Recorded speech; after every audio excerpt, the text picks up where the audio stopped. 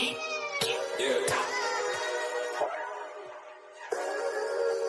We really boxing. Wanted the baddest. Let's see.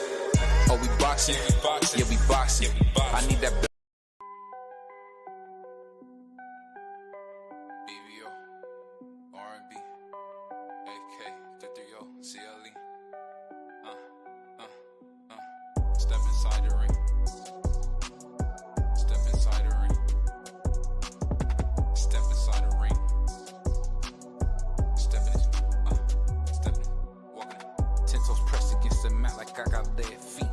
R&B on BVO, I'ma keep it G. You gotta know you're facing the truth if you in a battle with me. I hop in the box and get off a punch, it feel like concrete. I'm straight off the bricks, it's no wonder we hitting like Manny P. I'm talking hit after hit after hit that I put on their knees. I ain't gotta talk about using no blick, I put the gun down and use these. It's ironic I'm waking them up, but still a hand on some Z's. Ayy, Z's, ayy, Z's. BVO, turn it right up, we been divided with ease. That's with a capital V. Shout out to Act 3, I'm finna shoot to the V. And I got my gloves with me. Shout out to AMG Mercedes, I did that GLE. Shout out to CLE, ooh baby, that's in my veins when I bleed. We exceeding the million subscribers, nigga, just wait and see. Yeah, just wait and see. Nigga, just wait and see. If you try me, you can get beat, but I ain't 808 keys. Hard-headed, heavyweight, or been eating my greens. Dark past, bright fate, you know I've been through the ringer. I train hard, why they hate? Goku to Vegeta. You a lead, but we ahead, that means we a leader. We'll tap you on your head, but we don't need a heater. Finna hack the algorithm till YouTube's deleted. Then we'll pack out a couple of ringers, tell them all.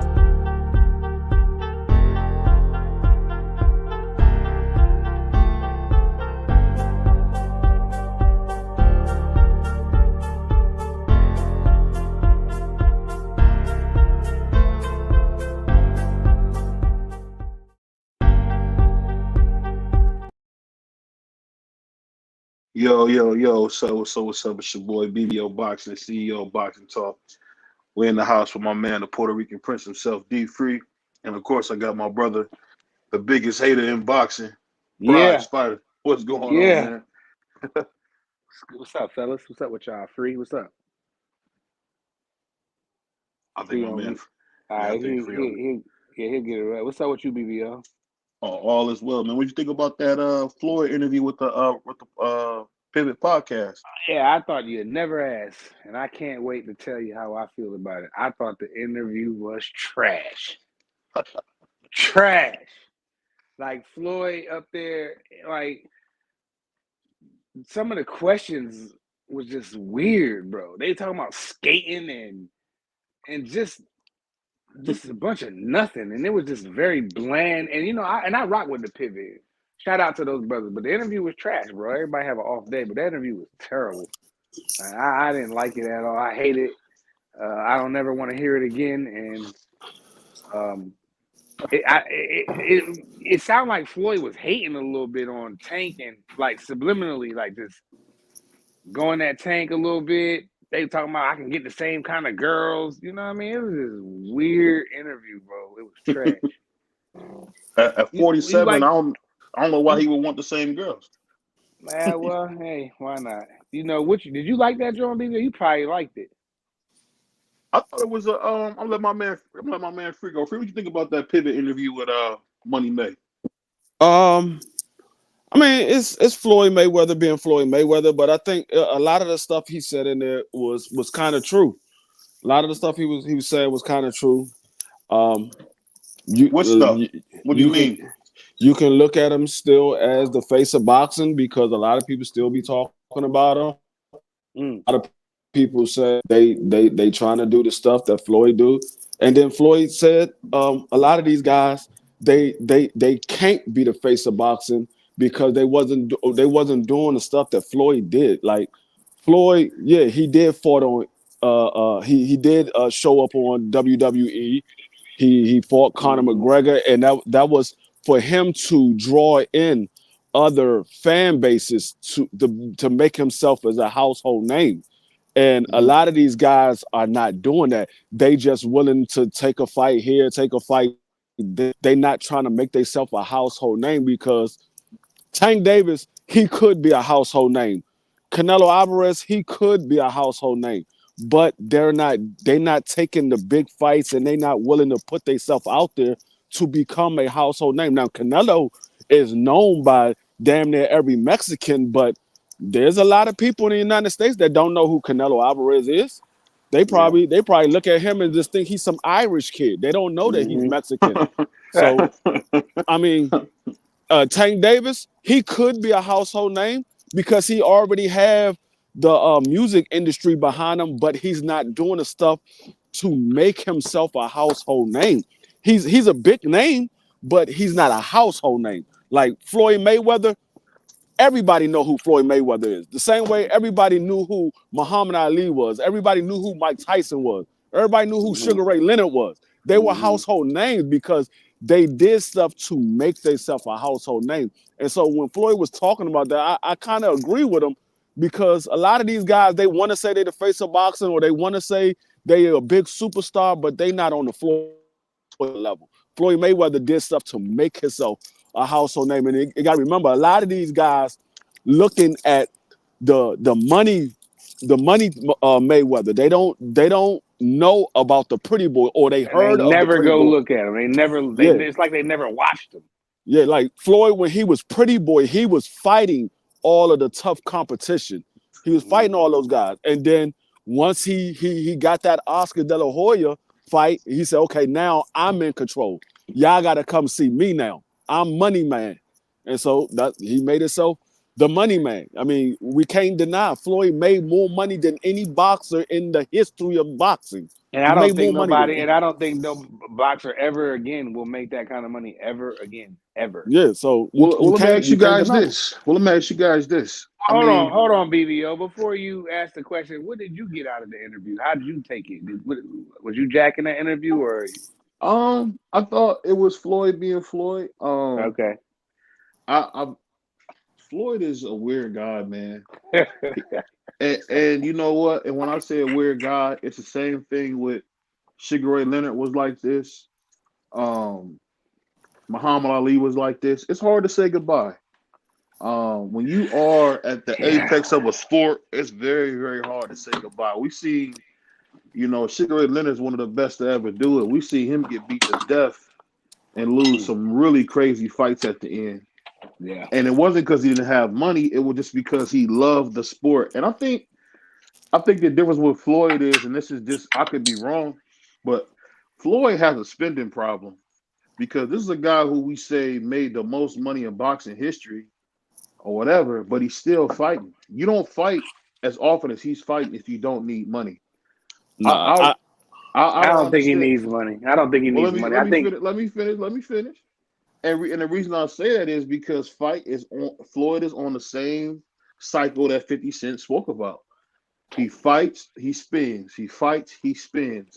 You can't tell me when a guy has, I can't remember how many cars he had in his garage, but he had I think 20 black cars in his garage.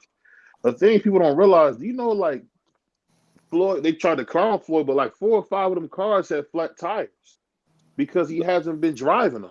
So it's like, if you don't drive something and it just sit there, I don't care what it is, it's going to become trash. And there's no way. No. Let me finish. I interrupt you at all, man. Look how you do the black man. I'm just saying, I'll just say this and I'll let my man free go because they don't want the black man to speak freely.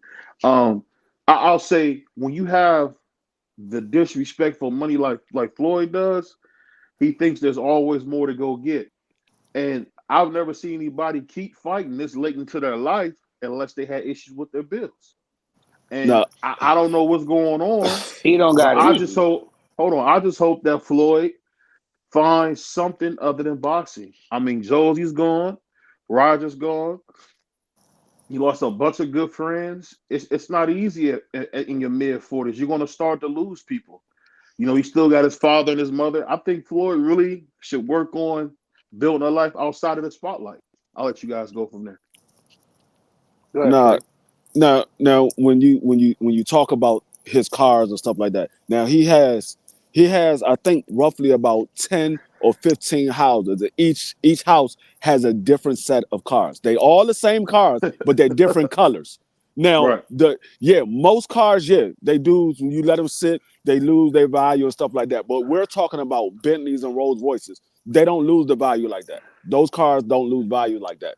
Those cars are big time luxury cars. Like the older they get, the more valuable they get. They age those not the same as you going out here and buying a daggone Mitsubishi or a Toyota. It ain't the same. Or even a Mercedes, or even like a even a Mercedes. It ain't the same. You go out there and you buy. I think you guys are missing what I'm saying. No, but what I'm saying is you buy a Phantom. He got roughly probably about 15, 20 Phantoms at one house. Those Phantoms are collecting money. Those are what's the word I'm looking for? Appreciative. They're collector's items. When they get older, they're going to be worth more than what they was when you bought them the first time. Think about it like an old Bentley, like an old Rolls Royce from like back in the day. Them Jones is classics, right? So eventually his cars are going to become classics. And you can always, like Boozy said, you can always cash them Jones in too. Because like Free said, they don't lose their value like that. Not like that. Nah, not at all. And another thing is, brother, Floyd is not getting the. Free, you going in and out, cuz. When he was in the sport of boxing, Floyd is getting chump change compared to what he was getting. That money ain't keeping Floyd afloat. That money is his spending money. Yeah, I don't think he needs money. He made a ton of investments. I'm pretty sure he got hella real estate. I just can't see him going broke because they put him in the right position, man, and he ain't going broke. People, I think Forbes got him at somewhere around close to $1 billion as his net worth. When you get in that range, I don't care how much you spend. You're not spending all of that. Nope. You're not spending all of that. Nope. You might spend a lot of it, but you ain't spending all of that. Like he can take $18 million and go down to the Super Bowl. That shit ain't nothing. You know what I mean? Do you realize one of his houses, just one, he could sell that and get probably about, with everything in it, he could probably get about $50 million off the house. He got all those cars. Sell everything as is. Yeah, he got all those cars and the furniture and all that. No, I mean, yeah. I'm with you on that one. Yeah, he's not hurting for money like that. No, I don't think so. People like to say that. Yeah, he just doing that because that's all he knows how to do. I said it before. That's all he knows how to do. And this is what I say, Free, and partly that, and I agree with what you're saying. I think he is addicted to money. I think it's a real addiction, like drugs, like alcohol, like you know what I mean, women. You know what I'm saying? Some people, I think money is an addiction. I just think he wants to see how much he can push it and how much he can get. Because, like, he was even saying something about Pacquiao announced the fight. Now they owe him $4 million because it probably was drawn up in the contract. I'm going to do all the announcing. You just show up. And if you don't, then they owe me $4 million. And he got $4 million for not even doing nothing. And now it looks like the fight not even going to happen, which nobody wanted to see anyway. I'm just saying. Floyd Mayweather out here getting bags of money, bro. Easy. I think y'all missing what I'm saying. I'm not saying that the cars won't appreciate in value. They are Rolls Royces, but you said he ain't had no money. Hold on, let me finish. I know you want to take the black man, but let me speak. I think what you're missing is, now this is somebody like me who's been in the car industry most of my life, and what I'm telling you is this: when a vehicle is just sitting there, I don't care what kind of car. I've worked on Range Rovers, Land Rovers, Rolls Royces, all of them. If a car is just sitting there, not being driven, man, it's a machine. You can't tell me a machine is going to be okay if it's just sitting there. And I'm not saying Floyd don't have cash. When his broke is different than our broke. I'm not saying he don't have a dollar to his name. I'm saying that the way Floyd is on, he's going to be in a perpetual have to fight for the rest of his life. Because at the end of the day, if you keep spending like you're fighting, you can never stop, is all I'm saying. Well, he likes to fight and he gets easy. He's making the most easiest money of his life right now. So I think that he don't care. I think he just don't care. I think like Free says, it's spending money. He can go get $15 million over here. He can go get $12 million over there. He can get $4 million over here. You know what I'm saying? Then he can go spend $18 million for him and his friends to fly to the Super Bowl and everybody have a nice time in the box. You know what I'm saying? So Yeah. Salute to it's my brother spending Big money. Tex. Salute to my man Jay Gibson. Yeah, I mean, I don't care nothing about the cars, but one thing that I do know is Floyd don't drive the same car in a week. He'll drive one car one day, he'll change the car the next day. He don't drive the same car over and over again. That man changes cars like he changes his drawers.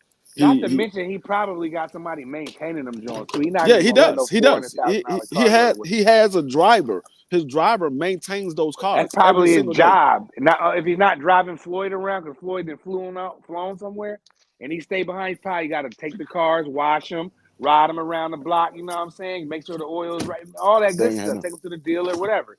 You know what I'm saying? I just don't think them cars is like, I know what you're saying though, BVO. People were trying to clown because he has some flat tires or whatever. But yeah, but I don't care. I just know that he's not hurting for money.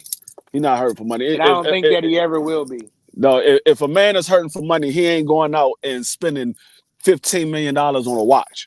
You ain't doing that if you hurting for money. What he just give the IRS? He just gave the IRS. He just wrote the check and put it on his Instagram. Like, no problem. Here you go, take it. He paid it all off in full. You know what I mean? Yeah. If you hurting for money though, you're not spending money like that. You're gonna nickel and dime your money when you hurting. I think this is what I'll say. I'll pray that Floyd gets an opportunity to enjoy his retirement. He got a brand new grandson. You know, we all see him with his he loves his little grandson. I'm hoping that he can get out of boxing and focus. BBO's going in and out right now. Yeah. You just went out, BBO. Yeah, BBO, fix your audio. But I mean, he ain't no older than what George Foreman was when George Foreman came back. Yeah, and he came back with a vengeance with the money. And George Foreman was making money before he came back. He had the George Foreman grills. He was making money. He just came back because he said, I want to see if I could be champion again. He came back. That was before the grill. He was back before the grill. The grill just happened to be one of the things that, you know, between that HBO check and, you know, the grill coming out and it took off, you know, he's just a blessed dude, you know what I'm saying? But I don't think Floyd ever have to worry about money. He's got the right investors. He probably got his money. He's like that building down New York with the glass, all that glass, like all glass. He got money tied in. And the same token is like he's saying he's acting like you're acting like Floyd is in a real fight. He's in an exhibition. These exhibitions, they're not allowed to knock each other out. They're not allowed to knock each other out. So I don't know about that, Free, because that's what it is. Fight, Pacquiao trying to knock that damn last dude his exhibition. I mean, I don't know about the Pacquiao fight, but I know. What about this one, Free? What about he knocked that Japanese boy out in the first round? He knocked him out. Knocked his ass out. He ain't knock him out. He dropped him, and then he got up. I think he dropped him again, and the dude dropped him like three times. Yeah, dude was just crying. They stopped it, but they it's an exhibition. It's not the same as a regular fight. Yeah, definitely not. They're not doing that. Yeah. And he's in there with guys that can't beat him. Real fighters. They can't beat him. Like that's just like me and you fighting them. We got just as better chances than the MMA guys. They ain't shit. You know what I mean? So like, it is what it is. But what you think about until BVO get back, we can move on. What you think about the landscape of the PBC? I've been seeing a bunch of reports about they don't got the money for this. They don't got the money for Crawford Spence rematch. They don't got the money for Crawford Ennis. They don't. Canelo, they don't have the money for the Charlo unless you fight Munguia. What is that, Free? It's a whole bunch of speculations. What it is the PBC is not allowing Canelo Alvarez to cherry pick Jamal Charlo. They not allowing him to cherry pick Jamal Charlo because he just fought Jamel. That fight didn't do that well. And now you want to cherry pick Jamal Charlo. They like, no, we want you to fight David Benavidez. We're trying to make a profit off of you. We're not trying to have you just go in here and collect this $100 million that we gave you and fight a bunch of nobodies or a bunch of guys that you can beat. We want to actually make some big fights. And right now, the Jamal Charlo and Canelo is not a big fight. Ain't nobody gonna pay for that. Did you see what's funny? You know what's funny? You know what's funny? Let me say this, man. Go ahead, BVO. I love my brother D3. Just a few years ago, him and all the YTBC, man, all the blacks were saying all the Canelo's ducking these guys, blah blah blah. Canelo's scared of these guys. The moment he tried to fight him, all of a sudden now nobody want to see him. You said did you just say me a few years ago? I'm talking about not just you and Virginia, but I'm talking about a lot of. No, but I'm just saying. But did you include me with those in a few years ago? I'll take you off of it. I'm about to say because you ain't know me a few years ago. I'm about to say you fucked up already. You ain't even know me a few years ago. But what about this though? What about this? Like that the PBC, like Canelo, I agree with you, Free. They said if you want to fight Charlo, you're not getting the $35 million. You have to take a little pay cut. But the PBC loves to throw Mexican versus Mexican in there. You know, clearly they're on a business. They're just only here for business and not for the best fights. Now they want him to get in there with Munguia. It's going to sell. Munguia got he got a decent fan base. That's cap. That's cap. Do you know who made that? Jay Glacier. Jay Glacier. I think it's Jay Glacier. I don't listen to nothing. I don't listen to nothing that he says. That's where that came from. That's where that came from. They not looking to make him with McGear. They looking to make him with David Benavidez. They don't care nothing about McGear. McGear ain't that fighter. That's Golden Yeah, Boy. but they're rather and there's a bunch of reports going on that that's not true. Is what I'm telling you. Let me finish. The way that now you can grind me up after this, put me in a blender. But what the reports were saying, multiple reports, they were saying that if they match him up with Munguia, it's going to sell, right? But it's going to be a joint venture. It's going to be the Zone Amazon Prime type of deal, where the Zone would have to cover Munguia's purse, and Al and them will give Canelo the $35 million. So they don't have to pay both the fighters. They only got to pay their guy, which I could see that happening. You know, but that got debunked. They got debunked by Richard Schaefer. That's the only reason. By Richard Schaefer. Not Richard Schaefer. What's the guy? Is he still in business? Yeah, Richard Schaefer still work with Bob. What's the dude? Bob. What's the dude that be standing in front of all the fighters? Yeah, I'm talking about? Peace and salute to everybody on the panel tonight, man. What up, Margie? What's up, Mark? My bad, Tom Brown. Tom Brown, who works hand in hand with Al Heyman, was telling everybody that was on the Sean Porter podcast that was all from Jay Glacier. That none of that everything you just saying is all a lie, because it's just every few months, Rick Glacier seems to make a lie up about PBC, and because he has so much power, people tend to believe him. So I'm just telling you, as my brother, I don't want you to fall for his propaganda. That's from Jay Glacier. Their whole report. Not only that, it just don't make no sense. Like, to me, Munguia is not a big enough fight for it to be a cross promotional. Yeah, for any way, shape, form, or fashion. I disagree. That'll generate good numbers. I don't think it'll do anywhere near what Caleb Plant did. That's my personal opinion. The gate might do something because it's Mexican versus Mexican, but when you're talking about pay-per-view, I don't think that's big enough. I do. I think Jaime Munguia got a little bit of fans. I think that it'll be a bigger fight than Jamal Charlo. I think that I hate Jaime Munguia. I don't even know why we talking about him against Canelo, but he stopped David Benavidez. I want you to know that. Who stopped David Benavidez? Jaime Munguia stops him. Man, get out of here, BVO. 500 on David right now. I got a stack on it. Matter of fact, I got 5,000. Hey, I'll match anybody. Yeah, I bet whatever David Benavidez. Jaime Munguia is he's not trash, but he's not on that level. Yeah, Jaime's young. He got somewhat of a fan base. It is an all-Mexican event. They can throw it on Cinco de Mayo, and it's going to be a huge thing. I got 5 on David right now. It's going to be big, but I mean, that's just what the report. Don't shoot the I messenger. wouldn't mind that fight. Multiple reports were saying that, and I can see them doing that because it looks like that they don't really have a budget for PBC, bro. It looked like it ain't what we thought. Oh, he was Amazon and what's the guy's name? Bezos. You saying all this Jay Glacier propaganda, bro? I'm just trying to everything. I don't even know Jay Glazer. Who the hell is Jay Glazer? No, that's not propaganda. That's the truth, BBO. Rick Glazer. It's not the truth. Tom Brown just debunked all of that. No, they're saying PBC's budget is not what we thought it was. What did you think it was? How you gonna say it's not what we thought it was? I thought that they had money for Canelo versus Benavidez. I thought they had money to for Devin Haney versus Tank. I thought they had money to make all the big fights that we wanted. Who said they don't? But that's not the case. I don't care. I'm not talking about the money. My biggest. They said they don't. They don't have the money to pay $35 million for Canelo versus Charlo. That's not what it is. That's not what it is. My thing is real quick. My biggest fear, you can have it. My biggest fear is not the money, because clearly they got the money. They can get Canelo to $35 million. That's nothing. They can get him to him.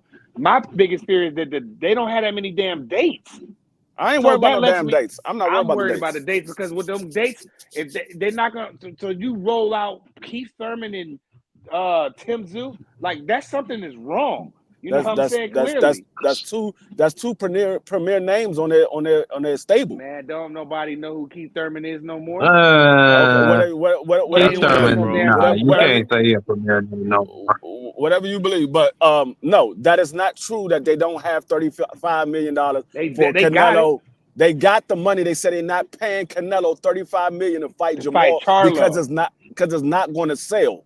That's what they said. They said it's not. Tom Brown said. He said exactly what Tom Brown said. But they're willing to pay Jaime. They're willing to do a cross. That's not true. That's not true, bro. Bro, everything you saying is not true. Hold on. Hold up. Everybody talk one at a time. Hold up. Whether it's true or not, they're not paying for two fighters. Even if it is true, they will be only paying for one fighter. They will only be paying for one. If you fight the Jamal and Canelo, they have to pay Canelo $35 million. That's what he want, and then they would have to pay Jamal whatever they plan on paying Jamal. He probably gonna want like 5 or 8. You know, he's gonna get the same thing at the minimum, the same thing his brother got, which is 10. That's what Mel got. Yes. Damn. He got 10, man. I mean, that's pretty good. Caleb, I think, got 8 or 10. Yeah, that's really good. It's some around there. He got 10 as well. Yeah. But this is the thing I'm saying, and I'm not saying it to cast aspersions on you, man. I'm just more or less telling you that Tom Brown has already debunked a lot of this. When did he do that? This was on Sean Porter. This was I seen it today. Today, but these reports of these cross promotions just started circulating earlier today. No, they have been going pretty much since Monday. But it wasn't in detail like it is now. It's updated because now they're saying that here's how it's going to go if they're going to do that, because they're saying they're not going to, like Free said, they're not paying Jamal Charlo. I'm sorry, that kind of money. We're not giving you $35 million. Go ahead. Yeah, question, prize fighter. Where did you hear that, or where are you getting these reports from? I've seen them on multiple channels, and when you start to see multiple channels say the same thing, big channels. No, you know what I'm saying? That means prize. I'm gonna tell you something. It really don't mean shit. I know. It really don't. I know, but I think I seen it. I don't. Salute to my brother Tommy. I don't want to throw L Dub under the bus. I don't know if he reported that either. Oh, if L Dub said it? No, L Dub didn't say that. I'm not going to say that he did say it. I didn't see it there. But what I did see was all right, it would be something different if you said L Dub said it. That nigga is like a supercomputer of boxing. Like I said, all I was saying is I'm just asking is how much truth to that is. You know what I mean? That's all. I'm not saying that's what it is. But I'm just I just don't think it makes no sense, Pride. That's me. No, I'm just because if you pay PBC paid Canelo $35 million, and what they would pay Jaime Munguia $10 million. Well, so what that would mean the split between PBC or the split between Amazon and DAZN will be 70-30. That don't make no sense for the zone to get involved or the risk they It makes all this. It makes all the sense to get involved. Let me tell you this. So let me tell you this that I know for a fact. So I heard this from somebody who actually was working with Floyd and Lemon LP. Already, Top Rank already kind of tried out that model with working with Amazon. So Amazon has kind of already had an experience of doing boxing. And if you believe that they would just pay Al Heyman this money to get boxing on their platform, you think the first thing they're going to do is share that platform with the zone? That makes no sense. And first and foremost, let me finish. And let's be honest here. When have you ever heard of Al Heyman guaranteeing this kind of money? The most money I ever heard Canelo was guaranteed was 25 a fight when he's with the zone. I've never heard of Al Heyman or Al Heyman fighters ever getting no 35 how much did he guaranteed. make against Mel? I heard he was guaranteed 50 million against. Well, go ahead. Let me finish. Yeah, finish that now.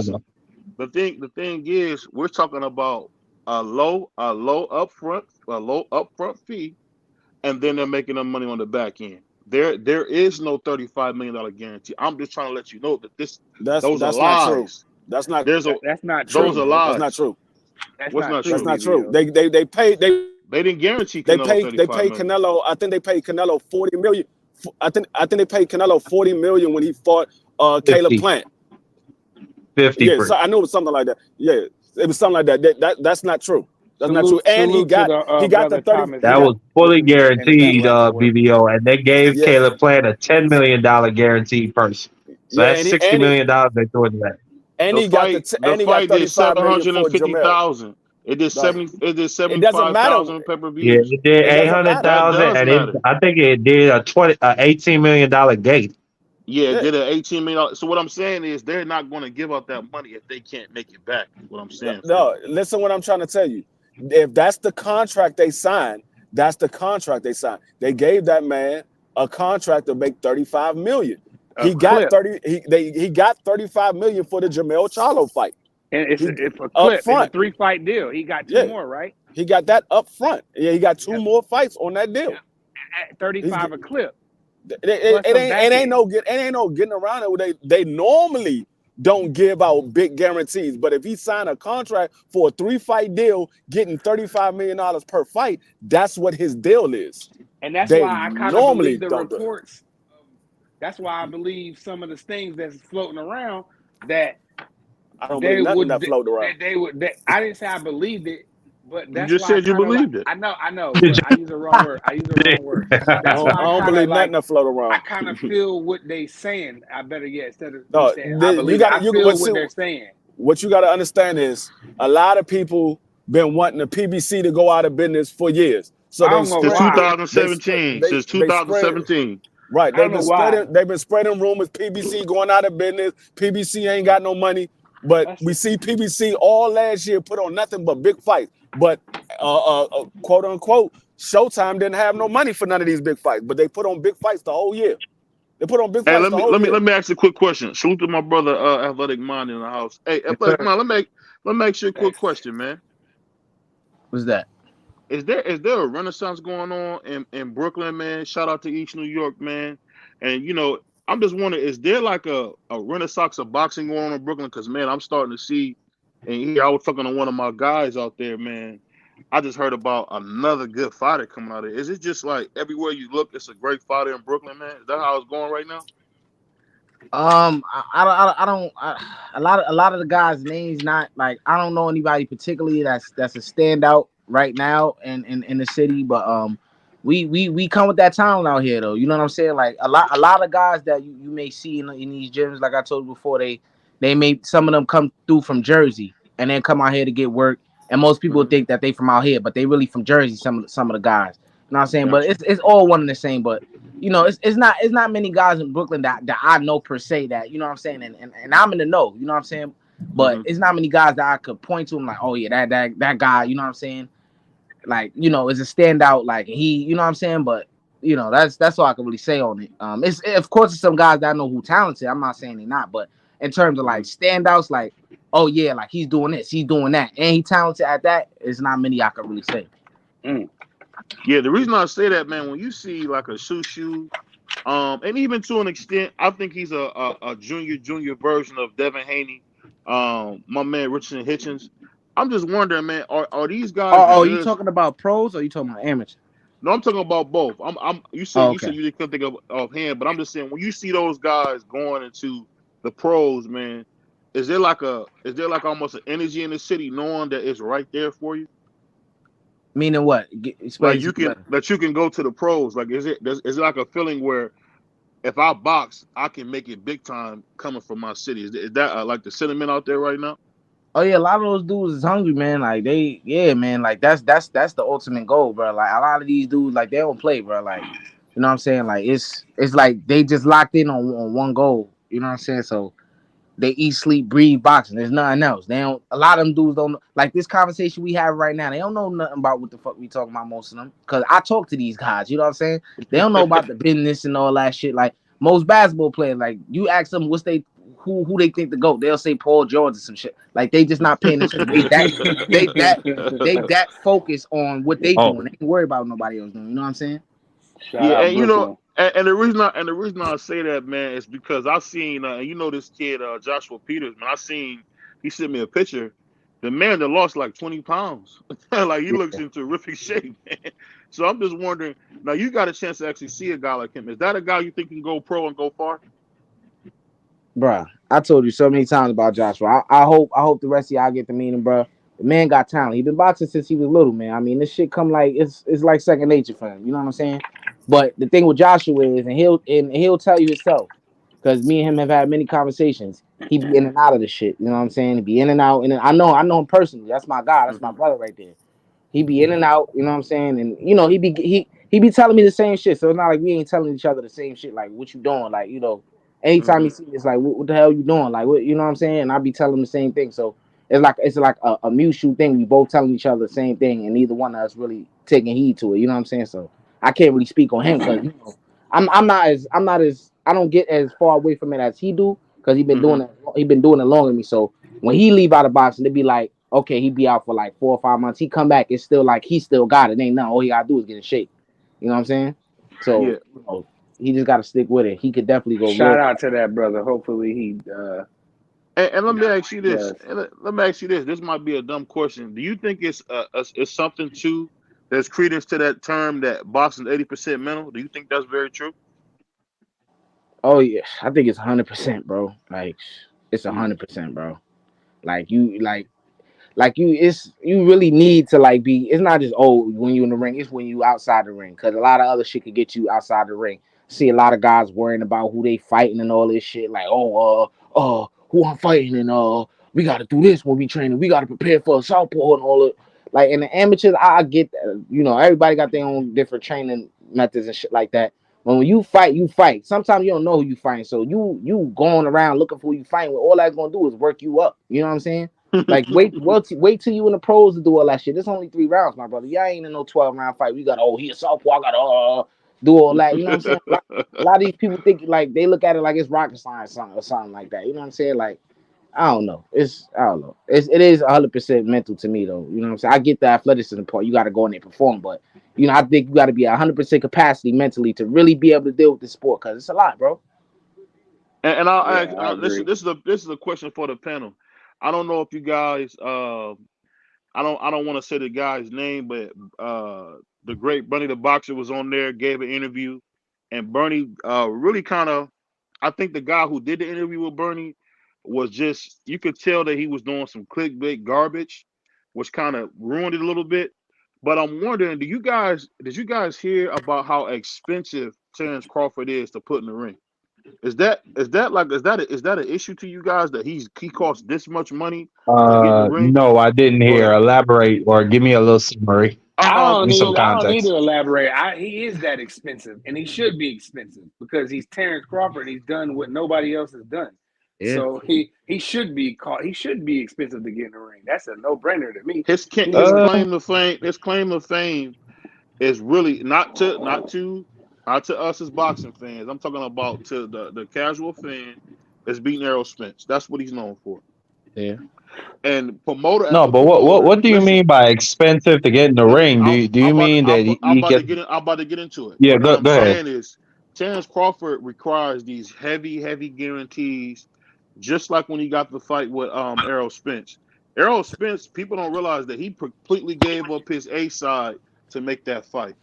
Bob Arum said, "I could have built a house from scratch in Hollywood and Beverly Hills with the money I've lost with Terrence Crawford." And I'm That was wondering, savage to say. the thing I'm wondering is, you got Terrence Crawford saying he want to fight Tim Tszyu. No way that's going to happen because he's too expensive. You say you want to see Terrence Crawford versus Boots. No way, because he's too expensive. That's a good fight, but let's be honest here. No one even knows who Boots is. So I think the thing I'm wondering is, will Terrence Crawford pricing himself out? Will that ruin the last part of his career? That's for everybody. I'll let everybody go. I would say no. Well, yeah. No, I was just gonna say, I don't think it'll ruin his career in a sense, but when you talk about maybe his legacy and the way people talk about him, maybe because he didn't fight Boots and give him his opportunity, people won't be so generous when talking about Crawford the same way how they like to do Floyd for not giving Thurman and Kell Brook and different black fighters their opportunities. But overall, I don't think it impacts his career. I don't think it impacts his Hall of Fame status or anything like that. It just is what it is. He's the man. He could call his shot at this point. Yeah. 3. When it comes to Terrence Crawford and him getting these big guarantees, he only can get these big guarantees with a select few people. Everybody else, he's not going to be able to get those big guarantees with, because they're not drawing. Terrence doesn't draw in a lot of people, and the fighters that will get in the ring with him ain't drawing a lot of people. There's only a few select people that's going to draw a big fan base. It's going to be Errol Spence, it's going to be Canelo Alvarez, and then it starts to die down from there. You might get Jermell Charlo. Tim Tszyu, he has to go to Australia. He's not a big name over here in America. He will have to go to Australia. Terrence Crawford ain't trying to go to Australia because now he's giving up his A side. So it's only a select few that he can get those big guarantees with. And can he get a big one with T.O. free? No. He's kind of backing himself into a corner because you don't think he can get a big guarantee with T.O.? No. Why would he get a big guarantee with T.O.? Who's going to give him a big guarantee? That would be the only way for Top Rank to get him in the ring with T.O. Well, let me interject with this. Hold up. Why would Top Rank want him in the ring with T.O.?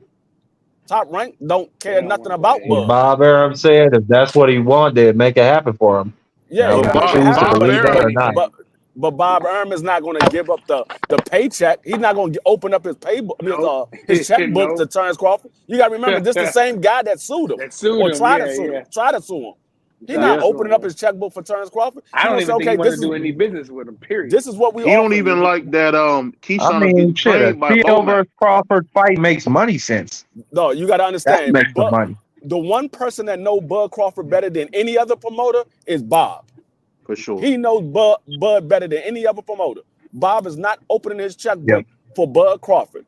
He knows how much money he can make off of Bud, and he knows how much he can make off of T.O., and he's going to say, this is what I'm giving. Either take it or leave it. Bob Savage, boy.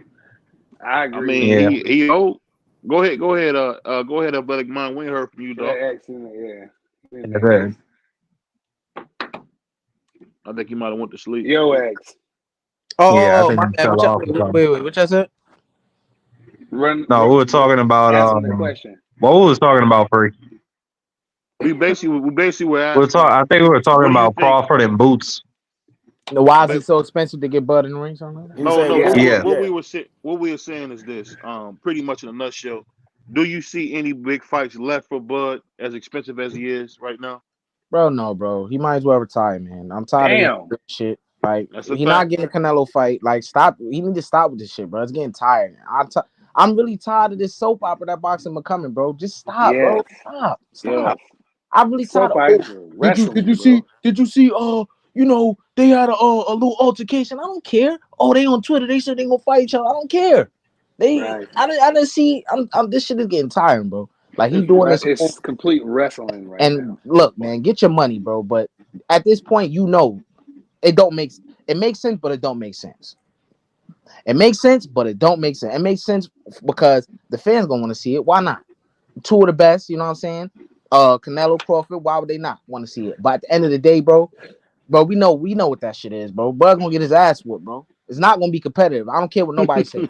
I don't care what nobody say. It's not. You know what I'm saying? I disagree with that, but I feel you though. He doing all this, like, is the fight not gonna happen? Canelo said he don't want to fight. So what does he do though, X? What is he gonna do? Retire, man. Like X. Retire. Man, that's crazy. Yeah, get the fuck up out of here. Why y'all want to see Terrence Crawford retire? I don't want to see him retire, but that's what it's looking like the way he's going, because I don't. I think Bud to come to his senses and take a fight because he likes to fight. So who would he take a fight with though? Man, because he said he exactly. Look, listen. He said he want big money fights. There's no other big money fight outside of Canelo. So by that point, that equation equals retire, my nigga. He gonna have to do something crazy to get that big paycheck. Exactly. Like fight Canelo, like go up. Maybe he can go up to heavyweight. Crazy. Maybe he can go up to heavyweight and fight Joshua, man. I mean, his biggest paychecks would come from a Boots, Tim Zhu. I don't think a big check will come from that's about it. Well, let me ask you guys. Hold on, let me ask you guys this. I think that would be where his biggest currently will come from. I'm gonna go with BVO on this one. I don't think he'll get a big check with Boots because not a lot of people know Terrence Crawford but us. I mean, you don't think he get $10 million with Boots? No, absolutely no. Absolutely you don't think he'll get $10 million? He got $9 million with Porter. No, who will give it to him? Porter is a bigger name than Boots. I'm gonna put it like this. Boots Ennis ain't worth $10 million with $10 million in his pocket. That's a fact. You could put $10 million in his pocket right now. He's not worth $10 million, man. No one knows him. I mean, to me, it's worth $10 million. Maybe to us, it might be to us. But wasn't he on that tank? I ain't gonna bring that up. It's not worth the money. Like I feel you, and I feel where Terrence is coming from. Terrence probably do want to fight Boots, but the money ain't right, so it doesn't make sense. And he's at a certain age to where every fight he has to be a big payout. And I think you're missing something though. I think you're missing something, Prize. Do you realize that Boots and Tim Zhu are around the same age? Do you realize? No, listen. Listen to what I'm saying. Listen to what I'm saying. Do you know that's a huge fight in a couple of years? Tim Zhu versus Jerron Ennis. Yeah, that's a huge fight. In a couple of years. Listen. So you telling me they're gonna feed their young lions to Terrence Crawford to lose money? The guy, Boots is not with PBC, bro. So they don't. Bro, young lion, my nigga. That's the sport of boxing. Young dudes beat old niggas. And that's how the shit goes and goes and goes. But Bud is trying to escape evolution. Y'all not listening with BVO. Y'all not listening to what I'm saying. I'm talking about the business of boxing, man. I'm telling you, it makes no listen. What you say? Hear me out. It doesn't make any sense, and I understand that Boots is not with PBC. Hold on, we got some feedback. He's not with PBC. What I'm saying is this: we got to know for a fact that him and yeah, something's gonna happen. That's me. Oh, somebody playing something. Okay. I think the thing that we're missing is these guys are around similar age. That's a big fight in a couple of years. They make fights for the future. The thing that you're missing is just like, for instance, just like that Mexican kid, I cannot remember his name, and Big Baby. Those two dudes won't even touch each other for another 2-3 years because they want to build it for the next generation. That's the thing you got to understand. In boxing, and I've had to hear this from different people outside of boxing, it's really a business, man. And when it comes to a guy like Terrence Crawford, he's hard to work with. He requires a lot, and he's 35 years old, getting ready to be 36 in November. Do I want to deal with an old diva like that and feed him to Tim Zhu? We know he'll beat Tim Zhu. That's a fact. He'll beat Tim Zhu. I don't know. I know that. I do. Well, only reason I say the athletic mind that he'll beat him is because of one thing about Crawford is that brain. When you got a brain like that and you still can hold athleticism, he's almost like LeBron in Cleveland the second time. He's really dangerous right now, and everybody sees it. He's very dangerous right now. Go ahead. But why would? But you're saying none of these businessmen want to You saying none of these promoters want to risk their young fighters potentially becoming a superstar, beating the face of boxing, the pound for pound best Terrence Crawford? You saying nobody wants to risk that? Do you remember? Promoters. Like, no, I don't believe that they're scared to feed that. I don't believe they're scared to feed, quote unquote, feed their fighters to Terrence Crawford. I don't see that, BVO. I agree Marky with Dan, BVO. listen, you a boxing historian. Willie Pep didn't get a shot to a 67 fight. At the end of the day, boxing's different now. But listen, they will protect guys and give guys certain. How many McGee got 40-something wins and ain't beat nobody? Right. Yeah. What are you talking about, dude? It's the business of boxing. I don't disagree, but what the fuck that got to do with Boots Ennis and Terrence Crawford? Jaime Munguia is on his own career path, ducking niggas for 3 years. That's the thing I'm saying. What has Jerron Ennis been doing for 30 fights? He's been fighting cab drivers, Amazon workers. He's been fighting a dude in the dollar cab.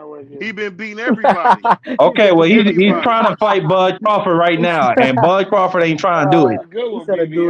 So what the fuck you want him to do? I never heard that one, BB. Wait, what is that? Dollar cab? He told the man the dollar cab, get out the cab and let's throw hands right now. That's what he's doing. So this is the thing you missing. This is what I'm telling you, and I hate to be.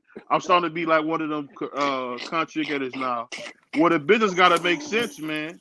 And I'm telling you, in live and living color, bro, that it doesn't make sense. Boots is not worth $2 million with $2 million in his pocket. When you got a guy that's not worth nothing. No, tough, I'm not. Man. I'm not saying Boots is not worth $10 million. I'm saying the fight is not going to generate $10 million. There's a difference. Right.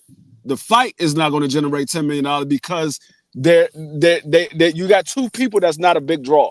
There's two people that's not a big draw. Right. So it's not going to generate. Now, it very well might generate $10 million because a lot of people in Philly want to see Boots fight Bud. Mm-hmm. There's a lot of people that want to see that. You got to do it in Omaha or Philly, though. That's the only way. I mean, it would be in Omaha because I wouldn't say. My bad. Because Bud is the A side. But what BVO is talking about feeding Tim Tszyu to Terrence Crawford, they not worried about that. You got to remember, PBC is the platform where if you want to make big dollars, you got to go fight Godzilla. Adrian Boner said it best. So I don't believe that. This is not Top Rank. Top Rank does that. PBC doesn't do it that way. They if it's a big fight, they're gonna make it. They worried about the bottom dollar. They ain't worried about what you're gonna do 4 or 5 years from now. They worried about what you're gonna do right now.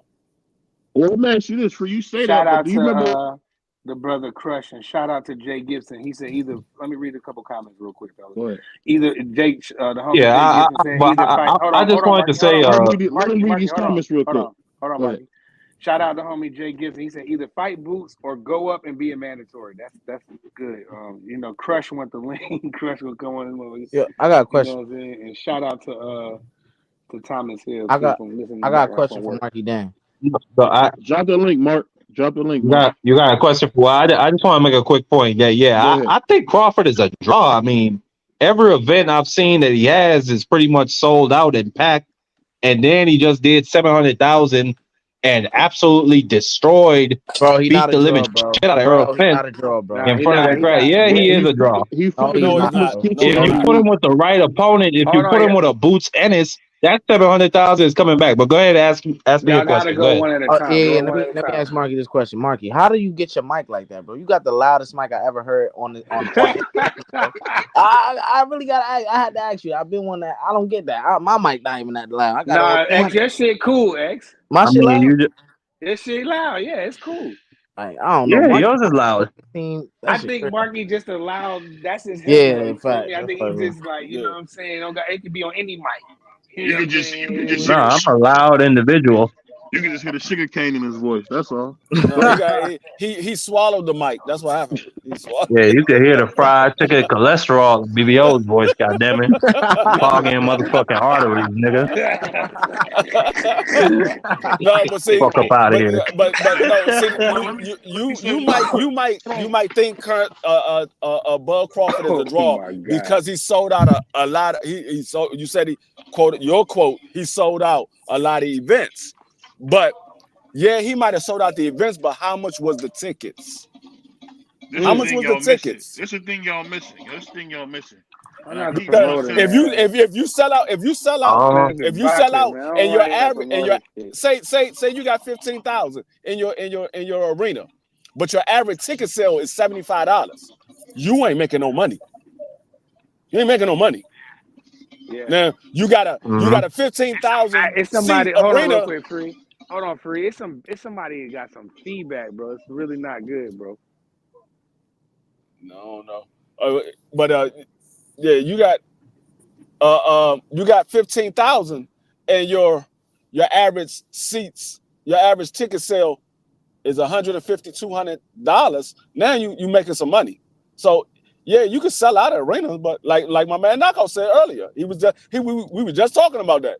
You could sell out of arena, but if your ticket sales are low, what difference does it make that you sold the arena out? You still ain't made no money. You just got a lot of people to come there for cheap. Yeah. And shout out to the homie A1 Hoop Zone, and he said he need to fight the right opponent is a sign that he's not a draw. Floyd needed Oscar to cross over, and the rest is history from that point. He can fight anybody, and they'll pay to watch. Yeah, I mean he very well may be a draw, but we got to see what he does without Earl. Because so far we seen what he did without Earl. No, we didn't. You talking about going forward? No, we haven't. Since not based off of that performance at those numbers from that fight prize. We haven't seen what he does without Earl. Yeah, and that's just my point. I think a Boots and his fight that fight would draw a lot of people. I think that 700,000 would come with a Bud to that fight. No. I really feel that way, but let's not get it twisted. I don't care if he fight Boots or not. The only reason why I want him to fight Boots is because he's still holding the 147-pound belts. Good point, Free. Good. If you drop the belts, you don't have to fight Boots. You don't have to fight Boots. If you declare yourself at 154, I really don't give a fuck about that. But Bud is already been undisputed. The reason why I'm saying that is because he's still at 147. Somebody got to stop that music. It sounds like music in the background. That can't happen, bro. That has to be muted out. And then when you're ready to get on and cook, do something else. Go to another room real quick. But we can't have music in the background. I ain't got no music. No music. Ain't no music going. I'm sorry, Free. My fault, Free. I can't hear nothing.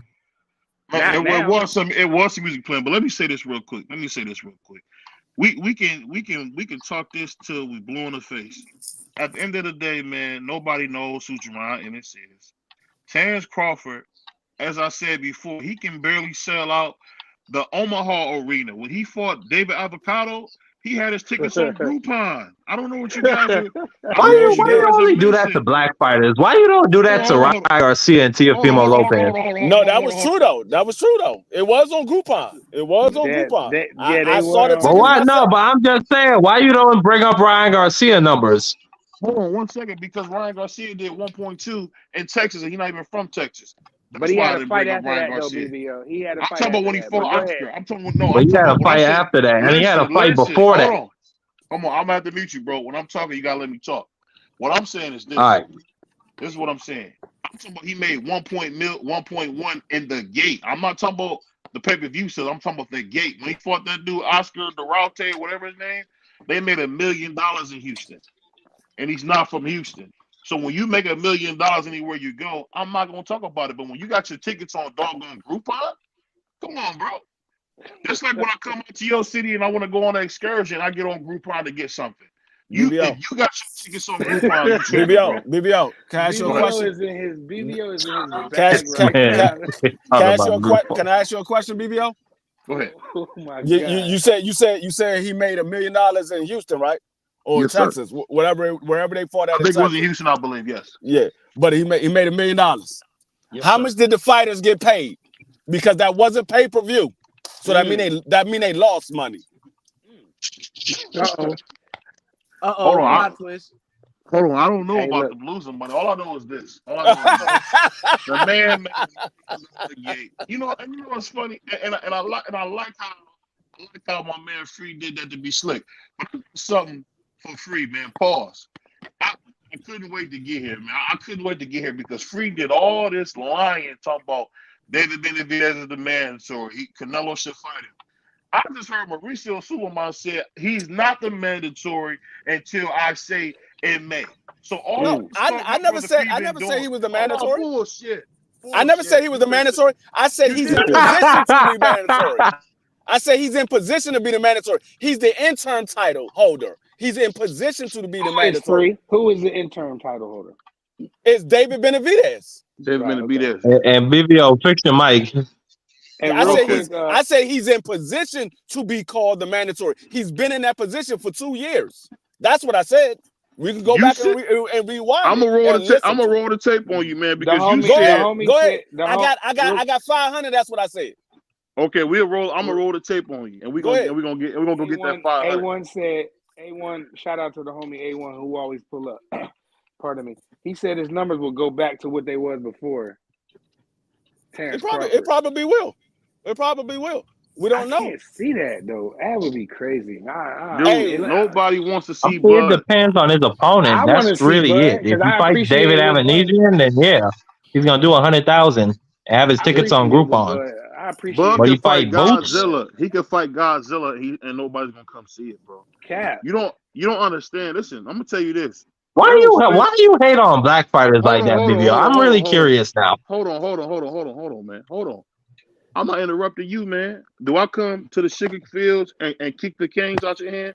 No. Let me cook. Let me cook, man. Because I'm gonna end up having to roast your goofy ass, man. I ain't in the mood for you today. I'm gonna end up roasting your goofy ass. But let me say this. Back to what we talking about. When we talk about boxing, at the end of the day, we got to understand what makes money. Terrence Crawford has shown to be a loser when it comes to making money. He couldn't sell out his own home gym. Come on, bro. Who's in Omaha but 15 people? And he couldn't sell out Omaha? That's what you missing, bro. But BVO. Go ahead. His tickets was on Groupon. Have you ever heard of Ryan on Groupon? Hold on. Have you ever heard about Abdul Wahid's tickets being on Groupon? Have you ever heard of Devin American Dreams tickets being on Groupon? Even Shakur's tickets ain't on doggone Groupon, dog. What are you talking about? But here's the thing. See, y'all get into that tussle where who's selling the most tickets. I appreciate what Terrence Crawford do in the ring. I don't care if nobody was in there. I don't care if it was two but cameramans and the crew in there. I appreciate what Terrence Crawford does. So I just want to see him in the ring. And I hope A1 ain't right, man. I ain't gonna front. Because I can see every time Terrence happening, but I hope it every time Terrence Crawford fight. And not only that, Omaha is not no big. Omaha is not no rich motherfucking city. He's trying to make sure the niggas can come out to the fights, my nigga. But a nigga like BVO, always hating, always never want to see niggas win. Of course, this is what he got to say. No, but when you put the tickets on Groupon, dog, you can just make the price. You can just make the prices available for people to go. I ain't never seen no boxing tickets on Groupon, dog. When I saw that, I was like, "What? Never." Hold up. Yo, man, we not finna do that on Terrence Crawford. No, we telling the truth. We're going to do the truth because I guarantee you. Hold on. Whoa. God damn, motherfucker. What was that? Was that you, Marky? Yeah, he must have fell on his nigga. He laughed himself into a coma. Right. I was worried. No, I sneezed in the middle of fucking laughing, nigga. Go ahead, what you say? Oh man, he must have had a red stripe in his hand and just sneezed. But I'll say this, man. Fuck you, nigga. No. Pause. No. Bro, come on, stop. You was going saying, bro. Come on, man. Listen, let me say that you messed up the show, man. Because I'm having to roast you, man. You don't make me want to roast you. Let me say this. I think the thing is this: if it was anybody else selling tickets on Groupon, and you get a ticket if you buy Happy Meal, y'all would bring it up. If it was Ryan, y'all would bring it up. If it was Devin, y'all would bring it up. If it was Abdul Wahid, would bring it up. Let's be honest. The dude is not a star. We know for a fact that Errol Spence just wanted to be great. Errol Spence got a case of he wanted to get his ass kicked, and he got his wish. When you want to be great, you want to get your ass kicked. Just like when Jake LaMotta beat Sugar Ray Robinson. Dude, when you get that case of want to get your ass whooped, you will take anything, and that's what happened. And guess what? Even beating Terrence Crawford's ass, even beating Errol Spencer's ass, he's not going to be a bigger star. The dude is not going to be anything that he's already been, man. He doesn't talk. He doesn't promote fights. He's really just a corny dude that cut hair in the neighborhood that happens to box. That's what he really is, bro. The dude cut hair and he can box. That's it. Go ahead. I'm gonna tell you like this. The reason why I don't think he's gonna be a big sale when he does his next pay-per-view, unless it's a big fight. If it's just a run-of-the-mill fighter, I don't think it's going to be a big sale because you got to remember, a lot of the Errol Spence fans, who was majority of the people that bought it, a lot of his fans doesn't believe Errol Spence was 100% in that fight. So they not giving Bud full credit, even though I give him full credit. I give him full credit. Me too. Fred. But a lot of those fans don't give him full credit for winning that fight because they saying that because only the suckers don't believe him. Didn't they say the suit was too heavy? Hold on, Free. Didn't they spike Errol's water and wasn't his suit too heavy or something? No, I don't know about all that. But I don't know about none. He didn't look right. Everybody knows he didn't look right. I don't know about none of that. Hold on. I want to make sure. Hold on. I want to make sure that was his gloves on. Wasn't Terrence Crawford's gloves off or something? I don't know. You have to call James. You have to call Derrick James and ask him. All I know is a lot of his fans doesn't believe that he was 100% in that fight. They believe he was drained or whatever. So a lot of them don't give him full credit for that fight. That's why they want to see a rematch. Some of them. Not all of them want to see a rematch.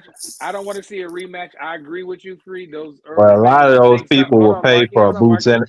Well, he shouldn't agree to the rematch, man. Hold on. Let me introduce the second greatest man alive, man. No. It's all good. My man, Crush, man. Hey, Crush, man.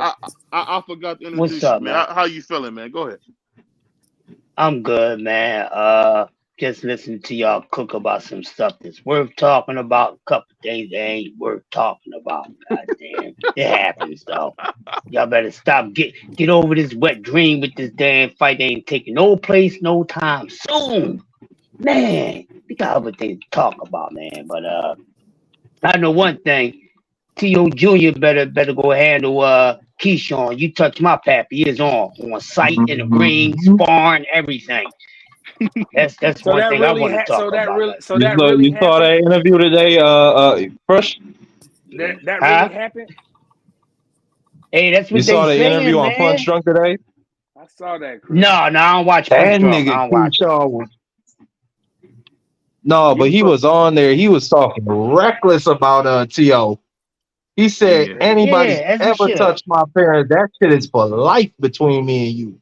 He said that nigga. Sean Davis knocked out Teofimo Sr. That's what happened. I saw that, but I was like, it's basically been confirmed at this point. Yeah. That's crazy. Yeah. Can I ask you a question, man? And let's be honest here. Y'all don't think they saying it happened when Keyshawn was 16 years old. T.O.'s daddy, I don't know, he spazzed on him or something, and Keyshawn reacted. Guess how much that's what they saying happened. Let me say this, Mark.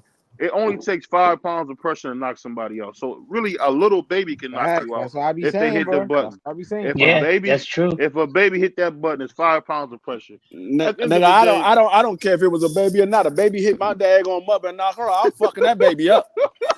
I'm whipping the baby's ass. The baby's getting smashed. Stuffing the mud hole in the baby, smashing his toys. This time I'm gonna break the baby's bones, smash the toy I'll smash the toys and some shit, but you can't beat up a little kid, man. That's some crazy shit. Let me tell you guys a funny story. That's a light up the mood. Shout out to my Uncle Dad, but one time he was getting into it with his ex-wife at the time, and I guess he couldn't get his way about something. So he said, I knocked everybody out. I knocked her out and I knocked the baby out. That's crazy. And I remember my uncle said, "You knocked the baby out in the crib?" Yeah, I knocked him out too. But I said all to say this, man. You know for a fact he didn't put his hands on this man's father because he would have lost his life, bro. No, he did. He would have lost his life, bro.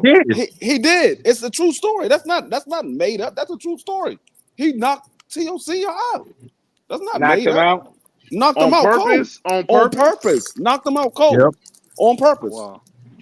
That's not made up. And Punch Drunk, who's real close with that team, he confirmed it too. Yeah, that's a true He story. confirmed that he knows people close to that story. Yeah. there wouldn't have been nothing that would have stopped me from going at Keyshawn. If somebody hit my I father, man, mean, that's crazy. you 400 motherfucking pounds, 6'5". That's easy for you to No, say. I'm gonna tell you what stopped you from going at Keyshawn. Your boy ain't do nothing. Your boy Telefono Lopez. I'm gonna tell you what stopped you from going at Keyshawn. Being T.O. He ain't built like that.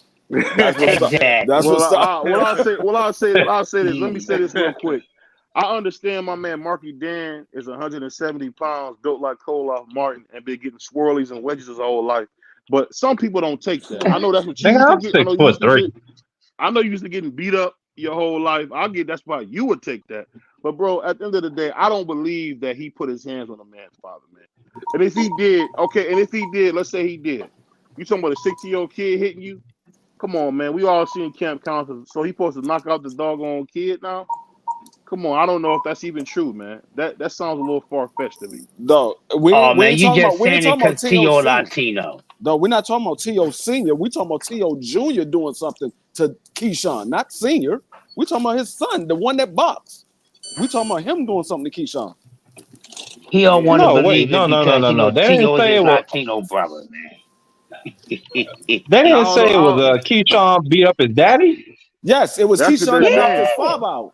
That's what they're saying. Yeah. It ain't no what they're saying. It's proven. But you just said something about Junior. I didn't understand. What I'm saying is Junior should do something about it. Yeah, Junior should do something about it. That's your father. He knocked your father out.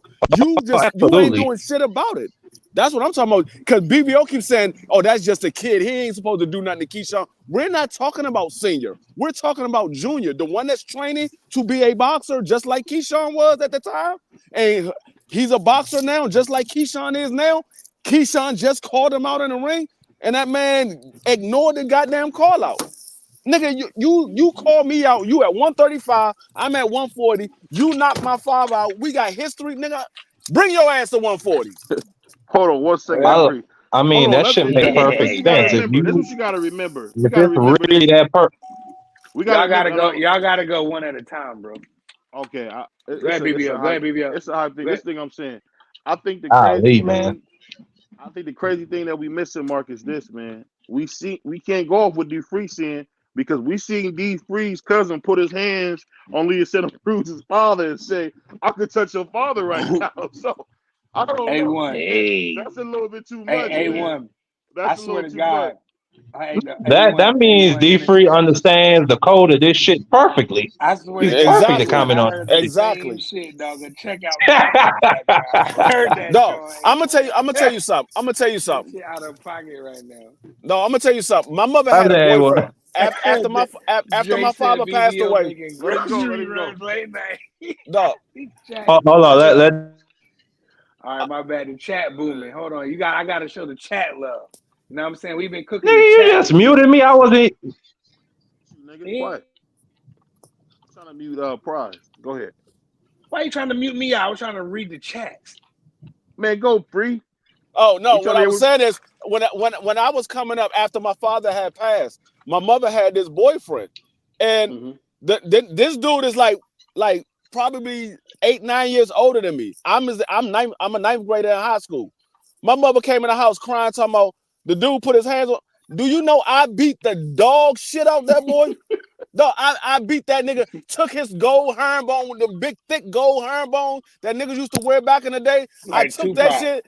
That nigga called the police and tried to get his herringbone. I said, "You come in here and you get it. I ain't giving you shit." He's like, "I'm gonna call the police." Call the police. Police came in there like, "Excuse me, sir, can we please have the herringbone back?" I said, "I ain't got it." I threw that bitch off the balcony. He put his hands on my mother. I ain't got it. I wore that bitch the next day to school. No, I don't care. I don't care who you are. You put your hand on my family. No, it's on. Yeah, it's on. I don't care how old you are, how young you are. It's on. It's on. It's op. You an op now, for real. You more than an op. You a dead man walking. Man, these chats is booming though, man. You know what I'm saying, man. I had to get the chats in. BVO. Go get the chat. Go get the chat. Go get the chat. I don't want nigga. Nah, you muted me. Nah, you read the chat, nigga.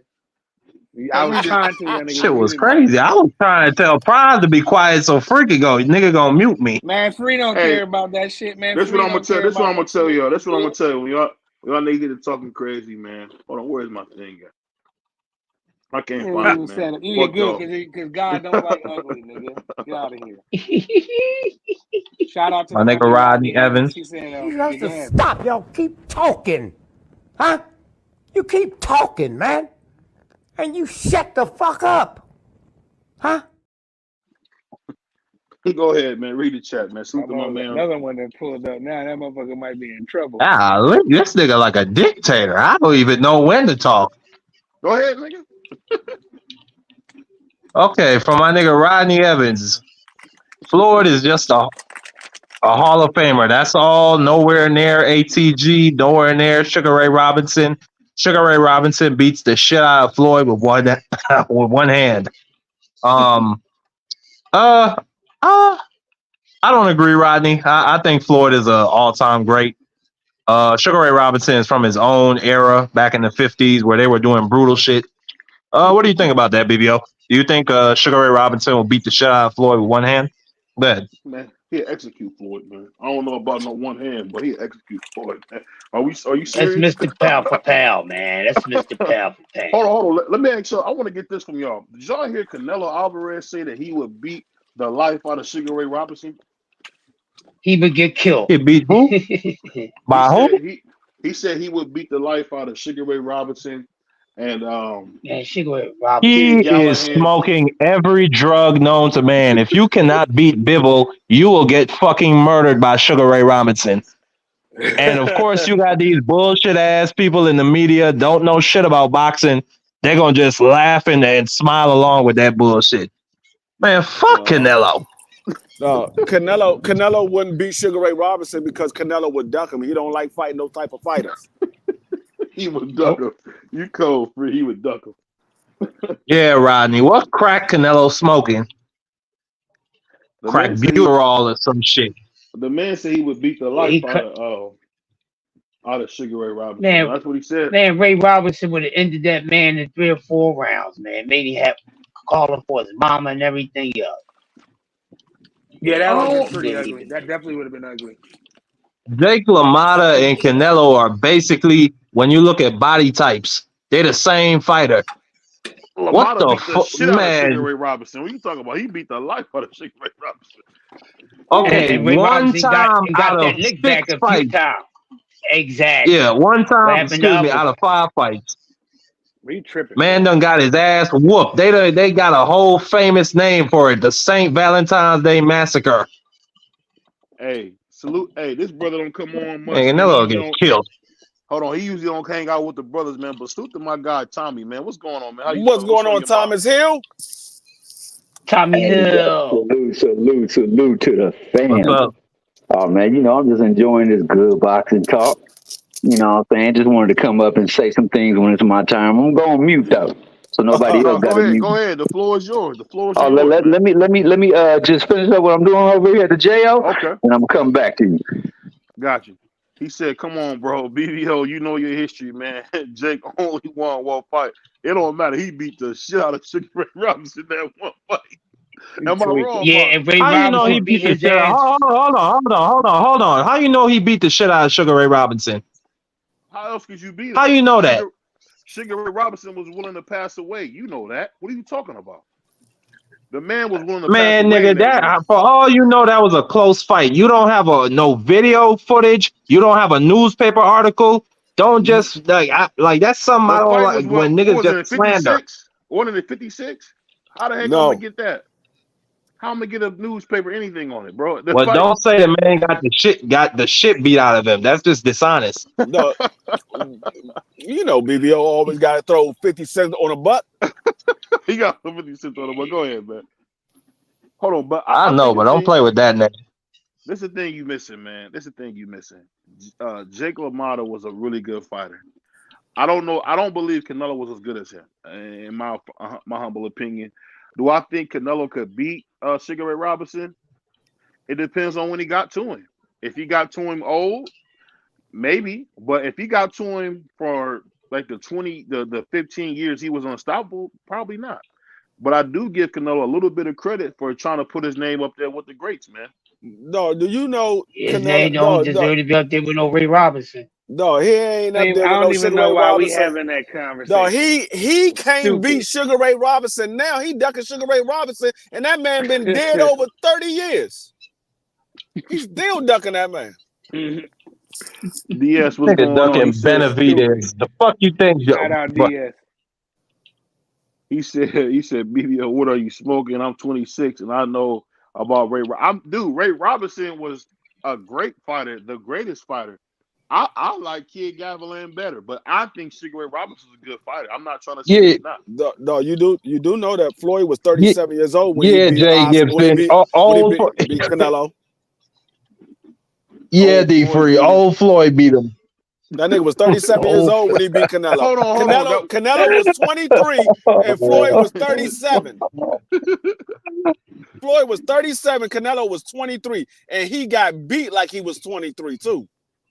Can I ask you a question? He beat that man with everything except for taking his belt off and whooping him for real. Didn't one of the judges have it as a draw? I don't know. And that same judge that had it as a draw got fired.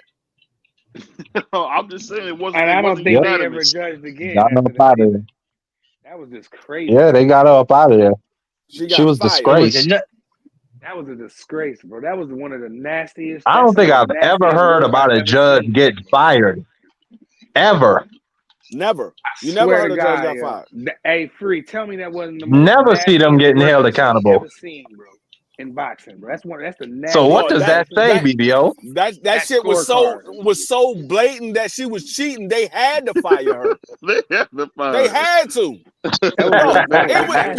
There was no round that you could have gave to Canelo. So for her to have it a draw, they was like, "Oh yeah, she was cheating. She was going. She had to fix it. They had to fire her." He ran in the 12. Man, he beat that boy up in the 12. Man, I can't stand it. That's the shit. Give a fuck. She took her paper and walked right the fuck up out of there. She didn't give a damn. No, and you got to remember, got compensated really nice too. You got to remember, at that time, Floyd was the money man for Vegas. He was the Vegas money man, and they were trying to cheat him. You don't cross I Floyd. understand that. Floyd almost. I'm put like this, man. Whether y'all believe it or not, Floyd almost got cheated in that fight, man. That was crazy. Almost got beat in what fight? No, they tried to cheat it. They tried to steal that fight from Floyd. No, only one judge tried to cheat him. The other judges was like, this shit was clearly Floyd's. It was only that one judge. Everybody else had it clearly Floyd. Yeah. Well, you know what? I want to give a big shout out to A1. I just want to tell you, man, salute to you. It's Black History Month, and as a black man, I'm not arguing with no white women this month. So I'm gonna let A1 do his thing. Dang. Go ahead, Joe. That's crazy. Man, when y'all gonna stop beefing, bro? This shit crazy. the man is attacking me. I just want to let him know, man. It's Black History Month. We not attacking white women this month. He said, "Who did Ali learn from?" I'll leave it at that, and enough said. Well, I'm gonna tell you this, and me and Marky are both historians in this boxing, and we argue all the time. I think Joe Louis would have beat the dog shit out of Muhammad Ali. That's just me. I think you're the same person who thought that Brian was going to beat Tank Davis. Joe Gaines would have beat the dog shit out of Muhammad Ali. Muhammad Ali was not unbeatable, man. I don't know if y'all realize that he wasn't. Joe Gaines, but the lightweight. See that? No, not Joe Gaines. Damn, my bad. Go ahead. What's the dude, man? Oh, you meant Joe Louis? So. No, Joe Louis and I just lost the ugly black dude. I can't remember his name, man. I just forgot. Oh, Jersey Joe. Jersey Joe. They both would have beat Muhammad. They both would have beat Muhammad Ali. That's just cap, baby. That's just not true. Jersey Joe. I don't know why you say that. Ali stole most of Jersey Joe's style. What are you talking about? Well, see, the thing is, you said but Ali was better and more athletic, BBO. And Ali, and the thing about Joe Louis, there's several fights that I could show you where he's getting outboxed by smaller opponents. But but I'm not gonna say that he couldn't beat Ali, because the thing about outboxing Joe Louis is you winning until you're not. That nigga will catch up with you and knock you the fuck out. So I ain't gonna say he can't win, but I got Ali in that fight. You just talking crazy shit. Go ahead, D-Free. Oh no, I'm gonna tell you why you talking crazy. I'm gonna tell you why you talking crazy because you can only run so long before Joe Louis start kicking your ass. So you know that's how he do. Run all you want. He's gonna catch you and beat the life out of you, and that's what he did his whole career. I don't know what you talking about. What have you been watching that hasn't been a greater heavyweight than Joe Louis? Hey, I mean Rocky Marciano beat his ass. Man, that's some cold shit, Free. That's day one. That's day one. That's day one. But now, what I was gonna say is, he said Ali wasn't unbeatable, and that's the thing with the older fighters from my era and the era before. Yeah, those most of the greats, they had losses on their record, but they still was great because they got in there and was willing to rumble everybody. To test themselves. They was willing to test themselves. Exactly. The problem with BVO era is these dudes ain't willing to test themselves. And let's not forget about the brother T over there. You know, let him get in there. That's the problem. These dudes ain't willing to test themselves. I think my man Tommy is still working. But let me ask you this real quick, Marky Dan, since you talking so much shit today.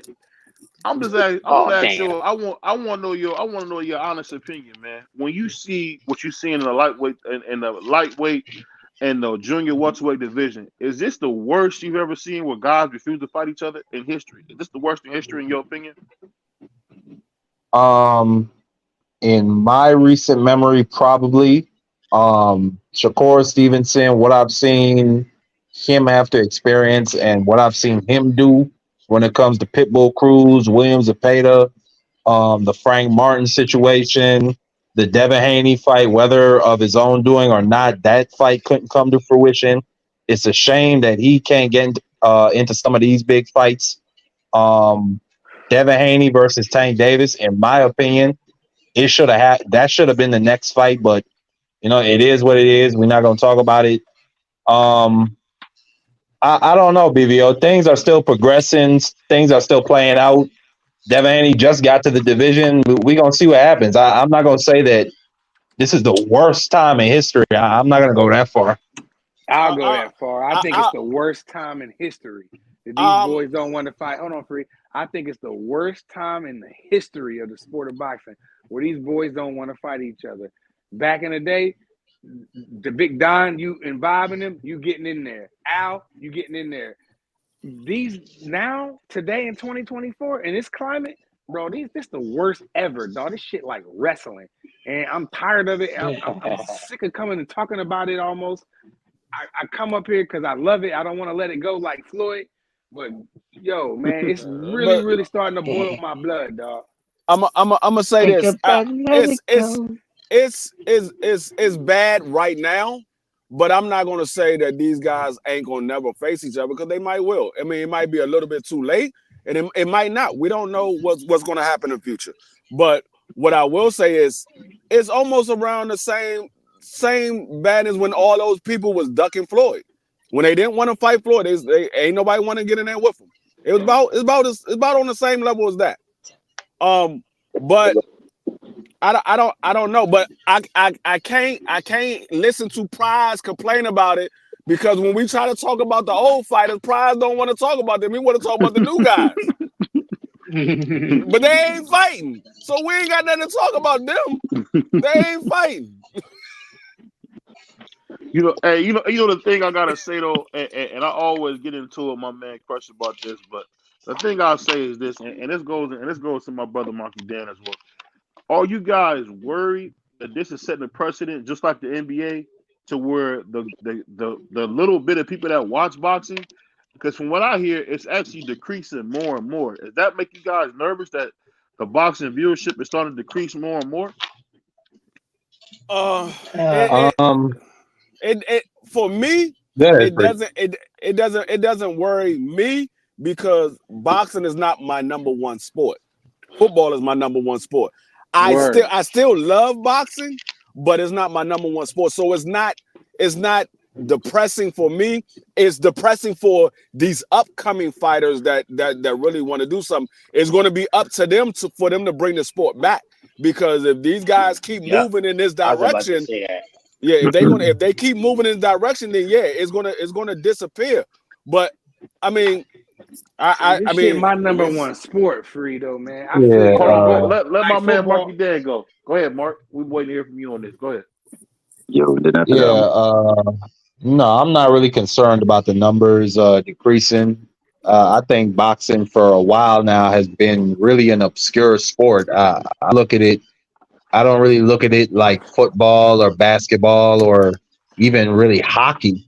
I look at it as like an obscure sport like monster truck driving or horse racing or stuff like. No, I'm being serious. And those are popular sports. Those sports draw a lot of money. So I ain't saying like, low key. boxing is just bullshit. But yeah, yeah, boxing has been an obscure sport for a while, so I'm not really concerned by that. all right. Go ahead, Tommy. All right, now I'm going to cook on everything I was going to cook on. First and foremost, we were talking about T.O. and how T.O. mouth sometimes be popping off, and I guess what he say, he don't actually mean it, just sound good at the time. Case in point, when my man Barbosa ran up on his pops and everything like that, he said, if you put hands on my pops or you try to come at my pops, I'll kill somebody for my pops. You know, I'm going to go at it. We gonna, on the log, man. On the log, Tommy. On the log. Oh, my bad. Go ahead. Hey, Tommy, quick point. And don't forget when George Kambosos' daddy put his hands on T.O.'s daddy, and he got his ass kicked by George. Go ahead. Actually, BVO. No, don't cut off Tommy. Don't cut off Tommy. Go ahead. Actually, I'm just gonna say this real quick. Actually, BVO, he can say that because he's quoting what somebody else said. He's not saying it himself. He's quoting what somebody else said. I buy. These are not the views of old Thomas Hill. I'm just repeating what he said via interview. After Pedro Barbosa say, hey, yo, you know what? You scared to fight me. And then, his pops got up there, started talking, and he kind of came towards his pops, and, T.O. started spouting off at the mouth afterwards in the interview, talking about he got nervous energy, and I was about to put hands on him, and I was about to whoop him down. Because as he said, I will end you if you come after my father. And then you rewind. I mean, you fast forward to today. You got Keyshawn with video of him just putting hands up in front of his father. In front of him. It's a video. That's what they said. And I don't know. Send me that. I don't know who got the video, but they say it's on video, and that he put hands on him and he was laid out up in the corners and stuff like that. But if the other person went at him, it was war. But when he do it, you want no parts from him. Matter of fact, you telling security to push him back to the other side. So, that goes in the context of what he say and how he moves and everything he does and says about boxing. How he the face, he's bringing boxing back and this and that and all that stuff. It's just T.O. trying to sell himself because he's, like they say, overhyped, underdelivered. That being the case, as far as boxing, I think the main problem with boxing is the fact that these people make tremendous money more so now than they ever had in the history of the sport. And because they are making this money, some of them fighters are getting wind that a lot of times they're not getting the lion's share of the purse, but they're putting the lion's share of the work in the ring. They're bringing revenue to the fights and they're not seeing it. So they're getting a little upset and they're thinking that we got to make this fight. It's got to be a big fight. So that's why you got people, quote unquote, like Devin, who's saying you can give me the same deal, even though Devin never sold out any arena legitimately without having to give away tickets or underprice them. And on top of that, he ain't been the biggest draw, but yet he should get a big portion of a check. And meanwhile, you got other people who are doing, and they saying like, why should you piggyback off of my fame and my success?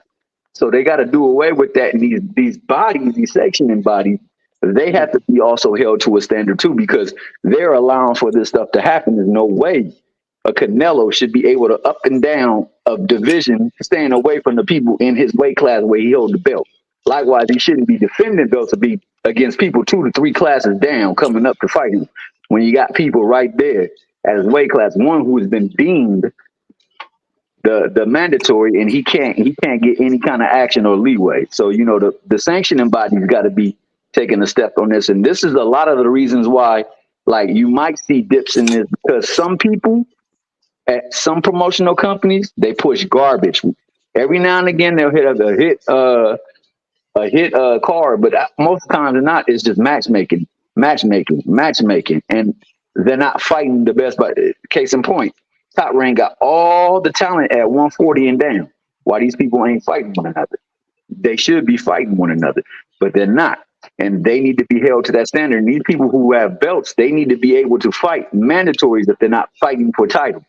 That being said, I don't think it's too bad because you know what? If you got, say for instance, you got MMA, that mixed martial arts, and they're putting on events.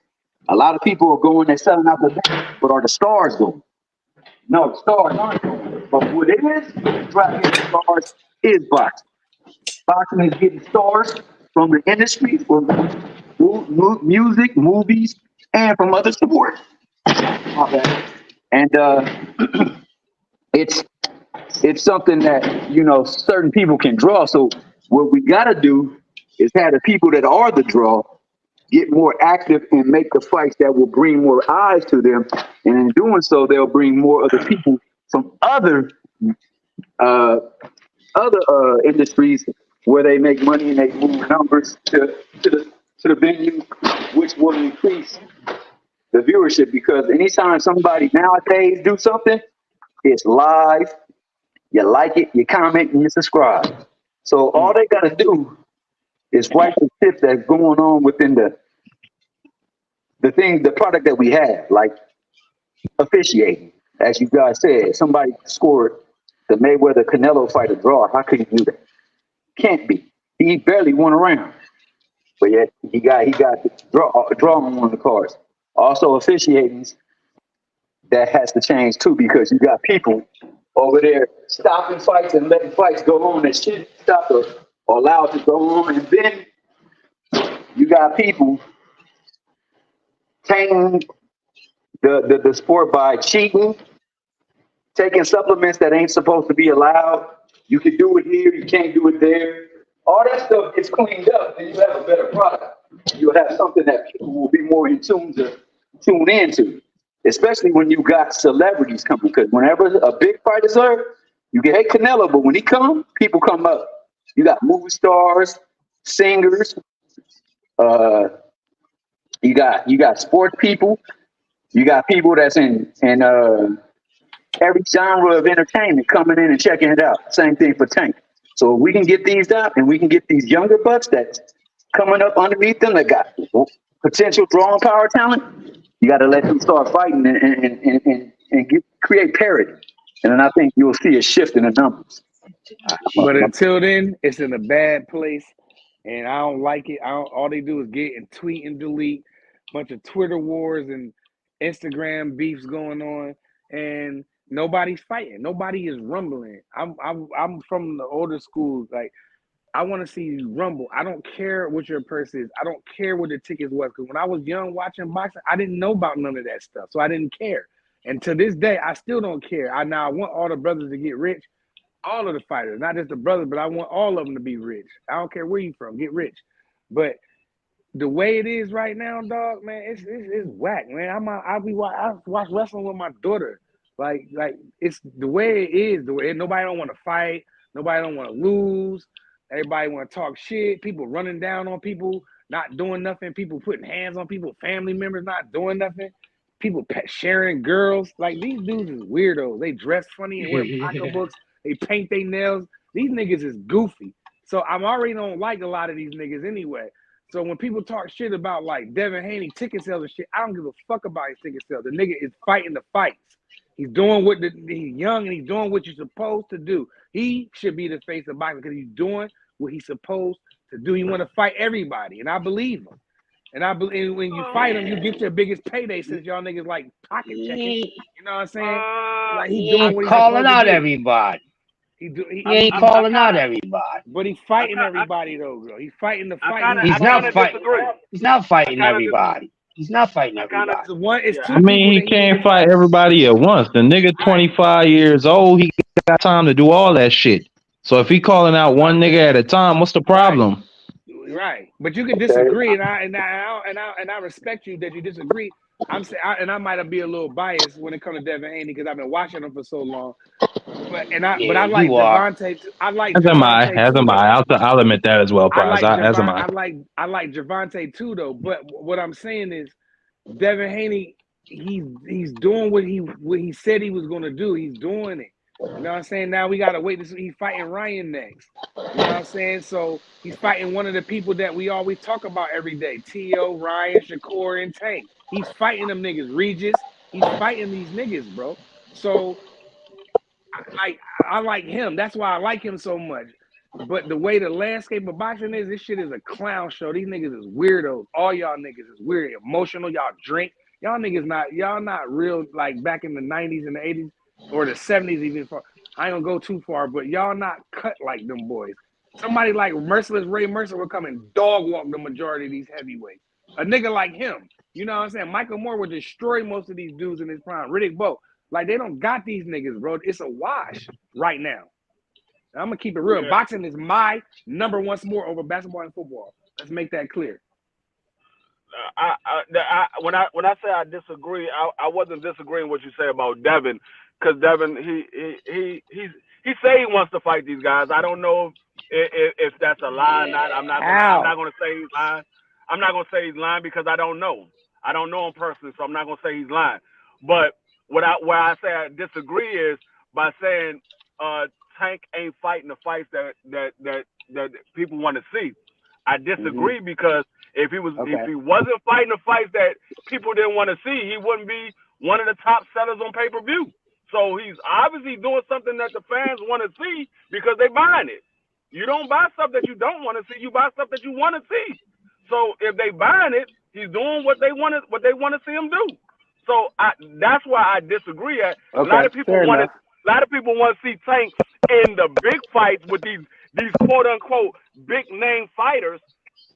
That's what they want to see, but that's not always the case. It can't happen that easy all the time. It can sometimes, but not all the time can it happen that easy. So it's you got to look at it from both sides, because if Tank is fighting these fights and the fans are paying for it, why change? You're fighting to get paid. Why change? If they paying for it, why change? And I know I agree. If I'm doing something and y'all paying me to do it, I'm gonna continue doing it. If y'all wasn't paying for me to do it, I have to change something. Because that's why I hate it, Free. That's why I hate it. That's exactly what I hate. No, I agree with Free completely. I can't really fault him because everybody is paying for it. I agree with you with the Tank stuff 100%. He's not fighting the fights that I want to see personally. But what I'm saying is today, that's part of the problem. You know what I'm saying? Because he keep doing what he's doing, and it's okay. But back in the day, you can't do that. You couldn't. No, but now you can finesse some shit. Nah, just the fact that Floyd had him next to him at a bunch of different. Nah, it was just the fact that Floyd was selling him. He had him next to him at a bunch of different events. He said, "This is my fighter. This is my guy," and he just went with the green print. It just is what it is, bro. And I'm not even mad at him. I want him to make $1 billion. I'm just not gonna give this nigga the credit or the respect that I would give a Devin Haney or a Terrence Crawford or a Nui. And I'm gonna fight niggas down anytime they want me to. I'm gonna say this. I'm not gonna say that they didn't do it back in the day because Mike Tyson did it. Mike Tyson didn't fight none of those big names until later in his career. That's when he fought the big names that we wanted to see him in there with Holyfield, Lennox Lewis, those guys. Razor Ruddock wasn't a big name. But nah, what? He was a big name overseas. He wasn't a big name in the United States. What's the other guy? But Frank Bruno go ahead, Free, my bad. Name over here. Frank Bruno wasn't a big name over here. He was a big name overseas. So Tank is moving similar to the way Mike Tyson moved. And that's how Mike Tyson got his name. He was fighting and knocking people out, and people was paying to see it. That's how Mike got his name. But he fought the niggas with the belts though too though. But he fought the. Yeah, I was gonna say that he fought. It wasn't his fault. Who the champ my bad, Price. Go ahead. Nah, go ahead. Nah, I'm saying real quick. He fought the niggas with the belts. He fought one person with the belt. He fought Leon Spence, knocked his ass out, and became undisputed champion, the youngest undisputed champion at a heavyweight. One person. No, didn't Trevor Burbick have a belt? He had Burbick. He took Burbick, and then once somebody had. He took that belt after he lost the belt. Michael Spinks had the lineal championship. Mike was undefeated when. What are you talking about? Hold on, I don't want to sound stupid. When Mike Tyson beat Leon Spinks, that's when Mike Tyson became undisputed, the youngest undisputed heavyweight champion. But he got a belt. He beat Leon Spinks. That's when he became undisputed. He unified everything, but he had to fight another fight. That wasn't the only fight he had. Okay. To win both belts is what I'm saying. I thought he collected all three of the belts. I thought that Trevor Burbick had the WBC. I thought that Bruno had the WBA and somebody had the IBF because I remember Mike had all three of the belts. Where I agree with you at Free is Mike fucked it. Well, Mike did not fight Evander Holyfield when he was supposed to. He went and got beat by No. He could have fought Evander Holyfield when he fought Buster Douglas, but he went ahead with that fight in Tokyo. Evander Holyfield was supposed to be the next fight. That was supposed to be the next fight for Mike Tyson, and then he got beat. Yeah, but I mean, the whole thing is like Tank Davis at that time. And you got to remember also at that time, in order for you to be considered a superstar, you had to be a champion. Nowadays, you don't have to be a champion to be considered a superstar. You can be a pay-per-view superstar without being a champion. You can be a. But that's why the biggest fight of last year was Ryan and Tank. It was no championship belt. No championship belts on the line. It was Ryan and Tank was the biggest fight last year. But no Tank ain't moving like Mike though. Mike fought for the belts. I mean, you could say that. But like I said, no, that's what it was. I can say that's what it is. Belt. I keep trying to tell y'all. That's why I make it. That's why I don't like these niggas. That's why I don't like that shit no more. Don't matter. I don't like. And that's the crazy shit. Tank was really the one that started that strap season shit. He said he wanted to unify the shit at 130, and now I guess he went through some shit in his career, and now belts don't matter. No, it just is what it is. Now Tank done grew up. Well, Tank wanted to unify at 130, but Floyd and Leonard Ellerbe had different plans, and then Tank realized I ain't got to unify to become a big pay-per-view star. Yeah. That's crazy. They killed his spirit, man. They killed his warrior spirit. That's what they did, bro. They broke him. I'll say this. The belts don't matter to the megastars, or even if you don't want to call them that. You know the names that we talk about every day. It might not matter to them, but some of them other niggas like Boots and Shushu and what's my guy Tiger Johnson? I like that kid and Abdullah and them. I don't know. Anthony Joshua, the belt matters to that nigga, and I think he's the highest paid nigga currently. He's making $50 million guaranteed his next fight. Who? I mean, let's be honest. Belts matter. Anthony Joshua. Yeah. It matters. It matters to certain people. Certain people, it doesn't matter to. That's what I said. The megastars, the niggas like Tank in them. But see, I like a nigga that wants the belt. See, and that's where I say we got to differentiate between these two classes of niggas. Yeah, man, these new niggas. We got the one niggas going for glory, and the one niggas that's about. So let me ask business. Who's going for glory, and who's going for business? Because I think all of them are going for business, and some of them are saying that it's glory. All of them going. You're correct. You're correct. All of them want their highest paydays. All of them want to make big money. You're correct. I'm gonna put it like this. I just mean that. I'm gonna put it like this. Deb, Tank, Bud, Canelo, they going for business. Fact. That's a fact. Deb just came on. I ain't worried about the legacy. I'm trying to get the big fight. He just came out and said that. And I've been said what it was about. You know what caused the shift in that, right? He got the ring But Bud had to do it. But Bud had to go for that glory and get all 4 of them belts so he could get that big money with Spence. He had to do that shit. No, that's it's like Devin Haney already won a championship ring already by being undisputed. So now he's like, okay, I'm like, he's going to go down in the. You can put Devin in the Hall of Fame because of what he did. So in his resume, he beat Lomachenko, your favorite old media's favorite fighter, smoked him, got him up out of there. So now he moved on. He moved up the weight. He's a 2-time champion, undisputed, youngest undisputed in the 4-belt era. He defended the belt. He defended the belt. My bad. I apologize. I thought I was I'm gonna let you get it right next, bro. No. I thought I was going. You got it right now. He's undisputed. He did all what he's doing. And now it's like he won the championship already. So now it's like he wants to fight the big money fight because he took. Y'all don't forget about that slave deal he took to become undisputed. Y'all like to forget about that. The people that hate on Devin Haney, y'all forget that he was the B-side 2 times. Then he got out of that, and then he didn't lose 1 round. He won 24 rounds to me. And then he go out and have a tough fight with Lomachenko when he probably had no business at that weight. But he still had enough. Still had enough in the tank to edge out the fight. The close fight, he edged it out, and now he moved up to be a pretty decent 140-pounder that had a belt. Got him up out of there. So I like niggas like that. That's pretty much what it is. You know what I'm saying? I don't know what else. I mean, Tank Davis fought for belts. You got to remember, he's a 5-time champion. Yeah, but Devin already did his thing already, so now he wants the big fight.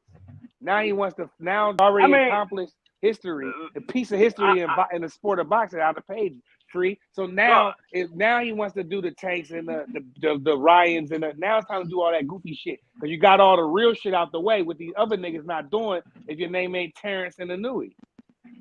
I mean, you don't have to be undisputed to be in the Hall of Fame. Floyd never been undisputed. He never been Floyd was never undisputed. But he did other things. But what I'm saying is, he don't have to be undisputed. He's in the Hall of Fame. Manny Pacquiao was never undisputed. He's in the Hall of Fame. Manny Pacquiao but those guys did some pretty unbelievable shit in their career, Free. Listen what I'm saying. He's achieved a lot. He's a 6th division world champion. But that's what he did to be in the Hall of Fame. He's a 6th division world champion. Tank Davis is a 3-division world champion. He's a 3-division world champion. Tank Davis is a 5-time champion, 3-division world champion. That man, he could very well be in the Hall of Fame. We don't know who's going to be in the Hall of Fame. We don't know who's going to be in the Hall of Fame because it's all about. I don't disagree with you, Free. It's voting based on media. Tank Davis is currently the cash cow, and many of them call him the face. So it's really up to them. Yeah, I could see him getting in. Why not? Y'all forget what that's based off? Come on, man. Yeah, y'all keep forget what it's based off. That's based off of popularity. That's all it's based off. I don't respect it, but good point, Crush. Good point. They don't have no. That's all it's based off. It's popularity, bro. They don't. That's why I don't know why people are making a big deal about it, man. They got fictional characters in there, dudes in there that's in there for getting their ass beat. And people acting like being undisputed is the highest level. No, it's not. And it's about whatever they want. I don't care. If you're about getting money, good, go get money. If you look exciting fighting for money, good. If you're about legacy and you look good fighting for legacy, I'm going to watch you. I'm not going to critique you because that's not my dream. That's dumb. You watch it, you entertain it. If you want to fight, look for guys that's champions, then go watch them. Don't shit on dudes that's trying to get money. Everybody trying to get paid. Ain't nobody trying to be no broke-ass champion. Are y'all crazy? Y'all try to make it seem like that's the most thing they know. Everybody want to get paid. Don't you want to get paid that you go punch them hours in every day of the week? So it's always about money. And we know there's a lot of guys that was champions, but never that was broke. So however they're going to get it, no matter if your taste or not, forget about it. If they ain't your taste, don't bother, don't waste your time on them.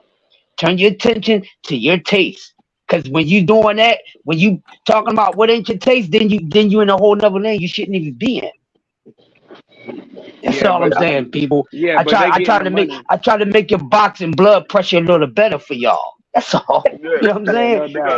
Some of y'all gonna go to the hospital, man, worrying about too much, man.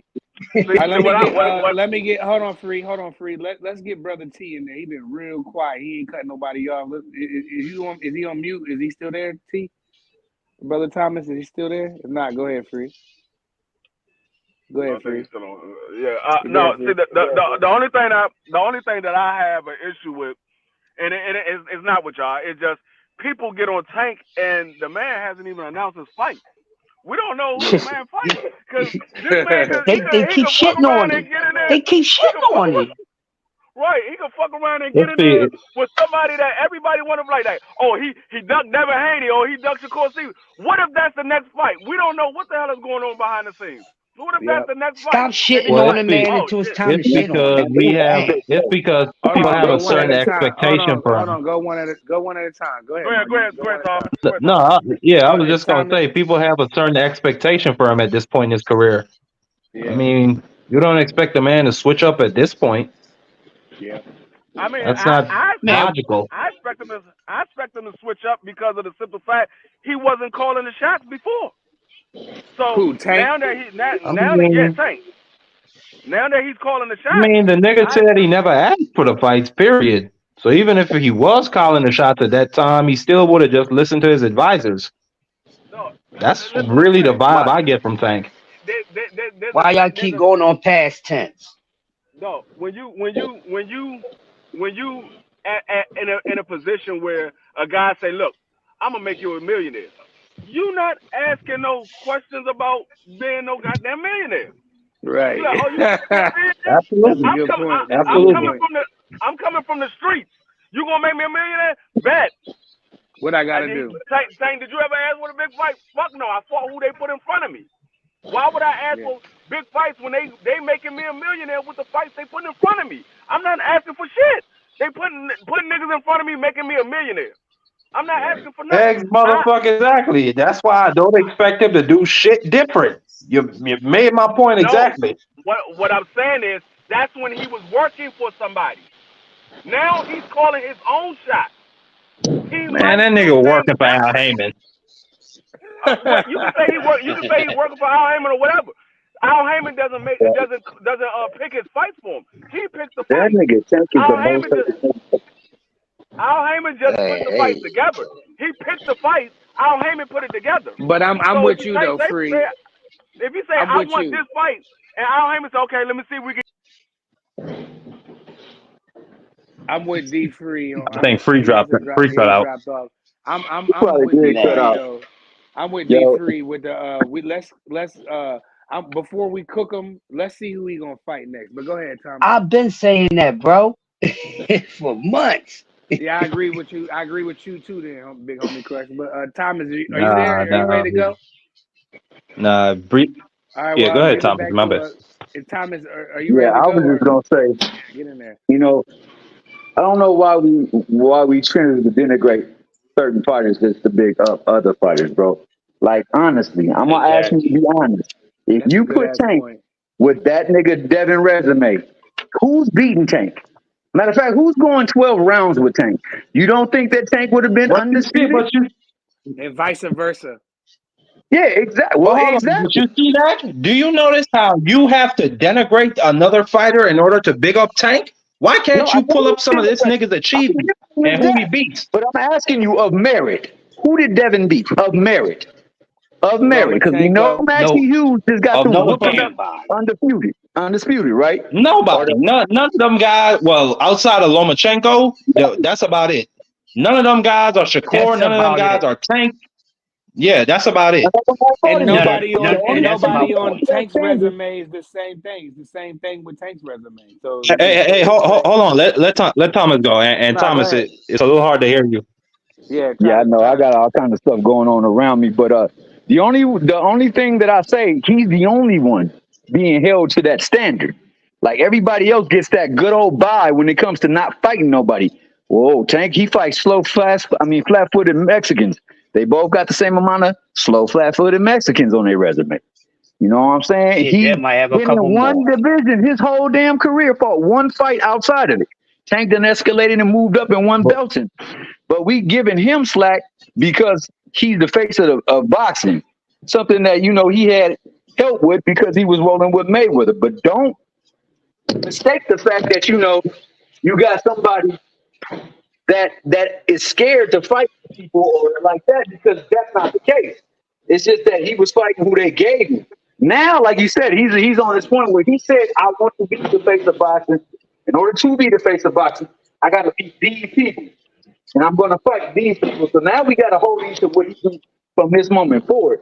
Because none of them done nothing spectacular. Hell, Cambosis, Max and Hughes looked up on Cambosis. No, but you know the difference between those guys and Tank Thomas? Tank is almost 30 fucking years old. These are young niggas. These are not even really, they not in the same draft class. Go one at a time. This nigga is a 25-year-old coming up. Whoa. One at a time. Coming up to his second weight class. No, this nigga is 25 years old coming up to his second weight class. He's about to be involved in his third pay-per-view. Yeah, come on now. Tank, this nigga ain't did shit. He ain't fought nobody. He's 29 years old. Go ahead, Thomas. Y'all gotta go one at a time. Bro. No, go. I'll let him go ahead. Go ahead. I'll feel you on that. But look, he's only 4 years older than one, 3 years older than the other. That ain't a whole lot of years when you look at it on the grand scheme of things. And then one came into the division at 17 years old. The nigga just left the division. But if Tank would have did that, that nigga would have been crucified. Oh, he a weight bully. He do this. When the nigga went down, he was a weight bully. So it's like we hold him. I mean, people call Dev a weight bully any goddamn way. Nothing but a champion. I never disrespect Dev, but I'm just saying he don't get it on like your boy Tank do. Tank can't. He take a jump the right way, they gonna find a way. Oh, that nigga should have did this and that. But these other niggas doing the same thing and they ain't saying a damn thing about it. They do the same shit to Devin though. They do that shit to both. I mean, people kill Shakur. I'm not gonna. I think Shakur get more heat than Tank right now. At this moment. He's starting to run his mouth too much on Twitter, so they hitting him off that. But before that, his mouth has been running too damn much, Thomas. And I think they done with him. It's over with for that nigga on Twitter. They've been cooking him every day. Yeah, and every day. He makes the mistake of running his mouth on Twitter. Some people need to have people to regulate what people say, or just have somebody to say it for their ass on Twitter. Because a lot of people go off and he's a publicist. But I mean, as a fighter, I still got nothing but respect for Shakur, and I know that dude is a bad boy. Just like that for Devin. You can't say that nigga Devin's not nice in the ring. But at the same time, we can't. What's that? My bad. Go ahead. No, you good. I was just agreeing with you. That's what I'm saying. Like them, I like all three of them. I like Tank. I like Devin. I like Shakur. I still want them to fight each other. That's the thing. I'm not gonna put down one. I'm not gonna. That's not gonna happen now. I'm not gonna, even whether it does or it doesn't. I'm not gonna put down one and bring up another. I like them all the same. Right. Now some are more accomplished than one another. One is, you can argue. You know what I'm saying? It's a whole argument. But at the end of the day, I like them three American fighters. I like their style, and I'm rooting for them every time they fight. Shakur, Devin, and Tank. And the young boys coming behind them with Abdullah, Shushu, Keyshawn, all the American fighters. I'm going for them. Period. And absolutely. We got to hold them all to the same standard because they not fighting each other. Not any one of them trying to fight one of them. If you can't call somebody out when you engage in a 3-fight contract. You can't do that and say, "Oh, you can get me out of the contract." Not with Devin Bob. sent, what's him call it, a contract though? Didn't Devin send Shakur a contract? Some kind of contract that went down that Shakur didn't like because he felt like he was worth more and he might not be to a lot of people. Yeah. Well, Thomas, the way I look at it, I cook all these niggas. Like, I don't care. Like, if you're not trying to fight the best, then I'm on your ass. That's really how I feel about it. Yep. I'm on Shakur's ass. I'm on Tank's ass. If Dev and his father says some bullshit, I'm on his ass too. So when it comes to me, I don't discriminate. For sure. Everybody gets it. And that's respect, because honestly, they all got to be held to that standard. And I agree. Like, they all need to be fighting, making their way to trying to fight each other. Because if you going to be that dude, you need to take out the dude that somebody else think is that dude. That's what it was when Tito was fighting with Corte and with De La Hoya, with Sugar Shane Mosley, with Vargas. Them niggas, I'm the man. Well, let's line it up then. And that's where they got to get to. Now, I believe that it's going to come a point in time in order for them to get the numbers back ascending, for them to say, yo, you know what? We got to make these fights. That call out with Shakur, it wasn't a legit call out to me because they knew that they couldn't make that damn fight. He almost killed himself just to make that fight so he can get that undisputed title with Kambosos. And he didn't need to be fighting at that weight because he had already surpassed that thing. But I do hold Shakur to a standard because you said you wanted to fight. Well, if you want the fight, take what he giving you and see if he gonna take it. And it would have been the most money Shakur ever would have made to this day. Yeah, but you know it wasn't the most he would have made in his career, and that's what they were saying. They were saying like it would have combined, it would have been more than what he ever made in his career.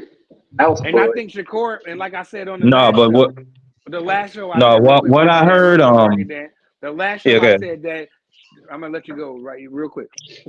The last show I said, and if Shakur is stupid for not taking that deal, what was it, Marky? What was the split? 75? What was it? The first offer he sent them was 75-25. Okay, now that would have been the most money Shakur would have ever made, and he would have caught Devin at his most vulnerable when he, like you said, Tommy, when he can't make the weight. He should have been fighting the weight. So why didn't Shakur do it? That's why I said he lost a little bit with me with that one. I would have went and whipped his ass because he would have probably destroyed Devin Haney because Devin Haney he had a hard time with Lomachenko because of that. Any other and then Dev, 140, he would have destroyed Lomachenko. And then Dev came back with a 70-30 offer. And he still ain't won. And he turned that shit down. So I mean, like, yeah, we can't have no sympathy for Shakur. Nope, none of them. At all whatsoever. That nigga, I mean, he's a weirdo to me, honestly. I don't like him. I really don't like him. I like him because he's from Jersey, you know what I mean? Shout out Jersey. But that's about it. You can't find nothing about this nigga's personality that you find good or honorable or decent. None of that. I just think he got too many niggas in his ear, bro. I think he got too many people in his ear. He needed to just be somewhere with a couple people doing what he's supposed to do. But I think he got too many voices in his head. Man, that's crazy. Nigga crazy. I just want Shakur to all over the place. Nigga talk one day he talking about yeah. I know the fight wasn't that good. It wasn't a good performance. Y'all ain't got it. Then he get on Twitter and say anybody who say that wasn't a good performance, y'all niggas don't know shit about boxing. This nigga probably had to go back. He probably had to go back and watch it a couple times. He probably was in his feelings like most of these young boys do nowadays. I was in his feelings, and then he saw the fight again. Then he was like, "Man, you crazy! Look at that shit right there! Look at that! Man, y'all tripping." But okay, but why you gotta broadcast that shit to the public, Prize? Why? You look crazy and stupid as shit. I just told you, Marky, them niggas be emotional. So he probably was in his feelings and didn't even go back and watch the shit. And then when he did, he came back with another opinion on Twitter. And that's what that nigga's stupid. I mean, no, go ahead, Mark. No, go ahead, Thomas. I wasn't gonna say it. Go ahead. No, I was just gonna say, I mean, I think he wanted to deliver so bad. The pressure is to make sure that, I look good. I style on somebody so people will want to tune into me. Hopefully, because what they want is to get the big money fight. Like I say, I mean, I know people say somebody's choosing legacy and choosing this and that. But okay, if that's the case, that same person said that he would try his dangest to go undisputed in every weight class he would participate in. So we fast forwarded, you got Matias there. Matias is available. He's a champion. You can trump a Mando with a uni any single day. So if you really about pushing that legacy, what better way to state it than going after the people who they say is the biggest, baddest dude at the division that you in there and taking down Matias? Be like, yo, I'm calling you out. But Matias, all of a sudden, he became a low budget fight. Somebody that don't do nothing for his career, but he gonna give you a champion. He gonna give you a championship belt. And on top of that, as many people believe he the monster up in that division. So it does do a lot for you. And then instead, You gonna fight a nigga that you and your daddy said was an exhibition for another fight. But now it's a great fight. This gonna really big me up now. So it's the stuff like that. Like I say, man, I love my parents. Them niggas told me the once I lose the tooth, a Mickey Freaky Spook was gonna come up in there and snatch my tooth and leave me some bread. It sounded good. And when I saw the bread underneath the pillow, I was like, damn, this could be real. A lot of times they sell us stuff. They tell me that there's a person riding on sleighs with reindeer flying all the way around the world, giving us presents at a certain time. It sounds good, but what we really know and what we see is what really matters. Right now, we see none of them absolutely doing what it takes to make fights with one another. And that's what's got to change. And everybody got to be held to that standard. Nobody gets a pass for that. We gotta get to the point where the damn bodies, because some of these bodies allow this ish to happen. They need to be penalized when stuff like that gets happening. Like you gotta start taking their bread, maybe not let them sanction a couple of fights for a while. You know what I'm saying? But make sure that they do. These people, like, how do you fight a fight? In all the history of fights, soon as the fight is over, you have to take off your gloves, but you can walk into the back of the locker room with your gloves on. How can you go over there and have some damn meat that's giving you clenbuterol or not, whatever it's got up in there, at a level that can't nobody else have in another state or another But area. then they go change it so you can have it. So these Yeah, niggas, you know what I'm saying? Just because. these niggas is allowed to cheat a little bit. So, and these are the bodies that's doing this, allowing this to happen. They need to be under scrutiny. You can't stop a fight when a Mickey Freaky ain't really hurt, but yet you letting somebody get pummeled and you let the fight continue. Like, what kind of issue is that? And how do you come in here with preset scoring cards? That shouldn't be. So because it's that, they need to have them under scrutiny. They need to have the WBC should be investigated by the FBI. How about that? For sure. Or whoever. No, they need to be called. No, them and the WBA, they need to be called into fucking Congress and be made to answer questions. And go to this shit FBI, is crazy. Go to Supreme Court, because what the WBC doing, they allow you to cheat. They raise the level of clenbuterol. They raise the level so you can have it, and long as you just, when it's fight time, you don't piss high. You don't piss high. Basically, and right? They sanctioned that Oscar Valdez fight when he popped. You remember that? Yes. Oh, it was in my tea. 100%. Oscar Valdez is his ass is a big goofy. You know what I mean? Then he was up there crying like, I didn't know. And then they just cheating. Canelo, they did that shit for Canelo, bro. Man, them niggas crazy. And not in the history of boxing where a sanctioning body changes a fucking level of fucking steroids you can have in your body. That's fucking insane. They trying to get somebody killed.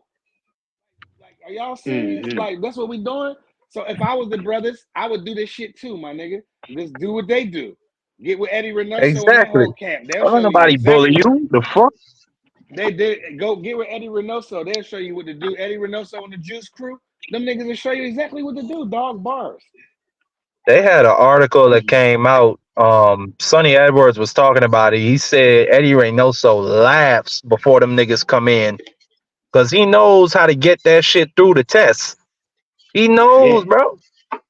He knows all the juice tricks. Them niggas, the juice lords. They're the juice masters over there with Eddie Reynoso. I'm telling you, bro. Yeah, the juice crew. Yeah. Eddie Reynoso and the Juice Crew. I've been calling them niggas that for years, dog. But he probably got the best chemist money can buy. You know what I'm saying? Exactly. We're talking about Canelo. Nigga probably got labs cutting up all that shit. Like, these niggas is crazy, bro. I'm trying to tell you, man, that it's a shame. Like the homie Thomas said, man, we gotta hold all these niggas under the fire, bro, or we gonna lose what we love. You know what I'm saying? It's like a dying sport, bro. They trying to say MMA better. It's cat, bro. That shit is trash. You know what I'm saying? All them balls and ass in the face, man. What kind of shit they be on? I ain't watching that shit, man. I ain't gonna say that shit, man. You capping. Yeah, you capping, goddamn. Me personally, I don't fuck with that shit like that unless it's a big fight and unless everybody talking about it, and then I'll go out with the fellas and then let's see it, and then I don't know who. I'm a casual in the UFC. That shit goofy. Nah, I ain't gonna lie.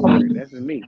The first, I ain't gonna lie. At first, I thought that was gay as shit, but wrestling, nah, it's real technical, and you could just learn a lot about fighting in general from watching wrestlers. That said UFC. I don't got no problem going to the high school, college, collegiate wrestling matches. I have no problem with that. I'm talking about UFC in general. No, I'm okay with that, like the wrestling, and I know they still be having ass and balls in the face, but it's still, you know what I'm saying. But UFC, there's something about it that just I'm not excited for. I'm just not. Bro. I ain't enjoying that shit like that. You know what I'm saying? All the fighters, niggas be stealing off in the press conferences and shit. Like, these niggas is crazy. They don't make that much. So, you know what I'm saying? Look what Ngannou doing. This nigga came over to where the money at. You know what I'm saying? Everybody better put that respect on that Turkish sheik. What's that man name? And that Saudi Arabia, y'all need to start checking for him. Since everybody like fucking money, go over there then. Nobody ain't rushing to go over there to do nothing. They got all the money over there. So how's it about the money? Because the Turk man want everybody over there. He giving there $50 million like it ain't shit. So why ain't nobody running down there? If the American boys, so that's why I say, like earlier, boxing in a bad place right now because the Turk man got all the fucking money. You heard what he said? It's endless. And they want people to come over there. They want the big events and fights over there right now.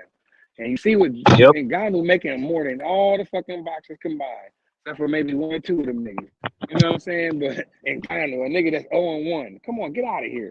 But they say they want money. Well, take your ass on down to Saudi Arabia where they're giving out $30, $40, $50 million. Ain't that what you want? You say you fight for money. Go over there. What's the problem? Am I missing? Absolutely. Well, I mean, go for that oil money. Take it over there. Everybody don't like them niggas. A lot of channels like, oh, them niggas bad for boxing. No, they not because they got the fucking money. Because I don't care where they fight. I don't care if the shit was on the moon or the sun. Get in the ring and rumble. That's what Pride's like. I don't care about none of that other shit. But these niggas are worried about, this should be in Vegas. It should be in New York. Madison Square. Fuck all that. Your boy Big Baby went over there, and after he was done with the fight, that fool out there trying to rob people. He got bread. How come he out there trying to rob people? Nah, that nigga, he is just a self-sabotaging individual. He just it's something wrong with that dude. Leave him alone. He's a crackhead. Yeah, there's something wrong with that dude. I got a question for y'all. I don't know. Yeah, good. This Devin Haney fight, Devin and Ryan Garcia fight, is supposed to put both of these guys on the map and show that they can sell without Tank Davis. Yeah. Why the hell is Oscar putting this shit in Brooklyn? The fight's in Brooklyn? Yeah, dumb. It's in Brooklyn. It's at the Barcade. Wait a minute. I saw Rodney put that in the chat. I did not want to believe that bullshit was real. Is that real? They're fighting in Brooklyn? They're fighting at the Barcade. They're fighting at the Barcade. Yeah. Sliding out there, then. Both of these guys are from California.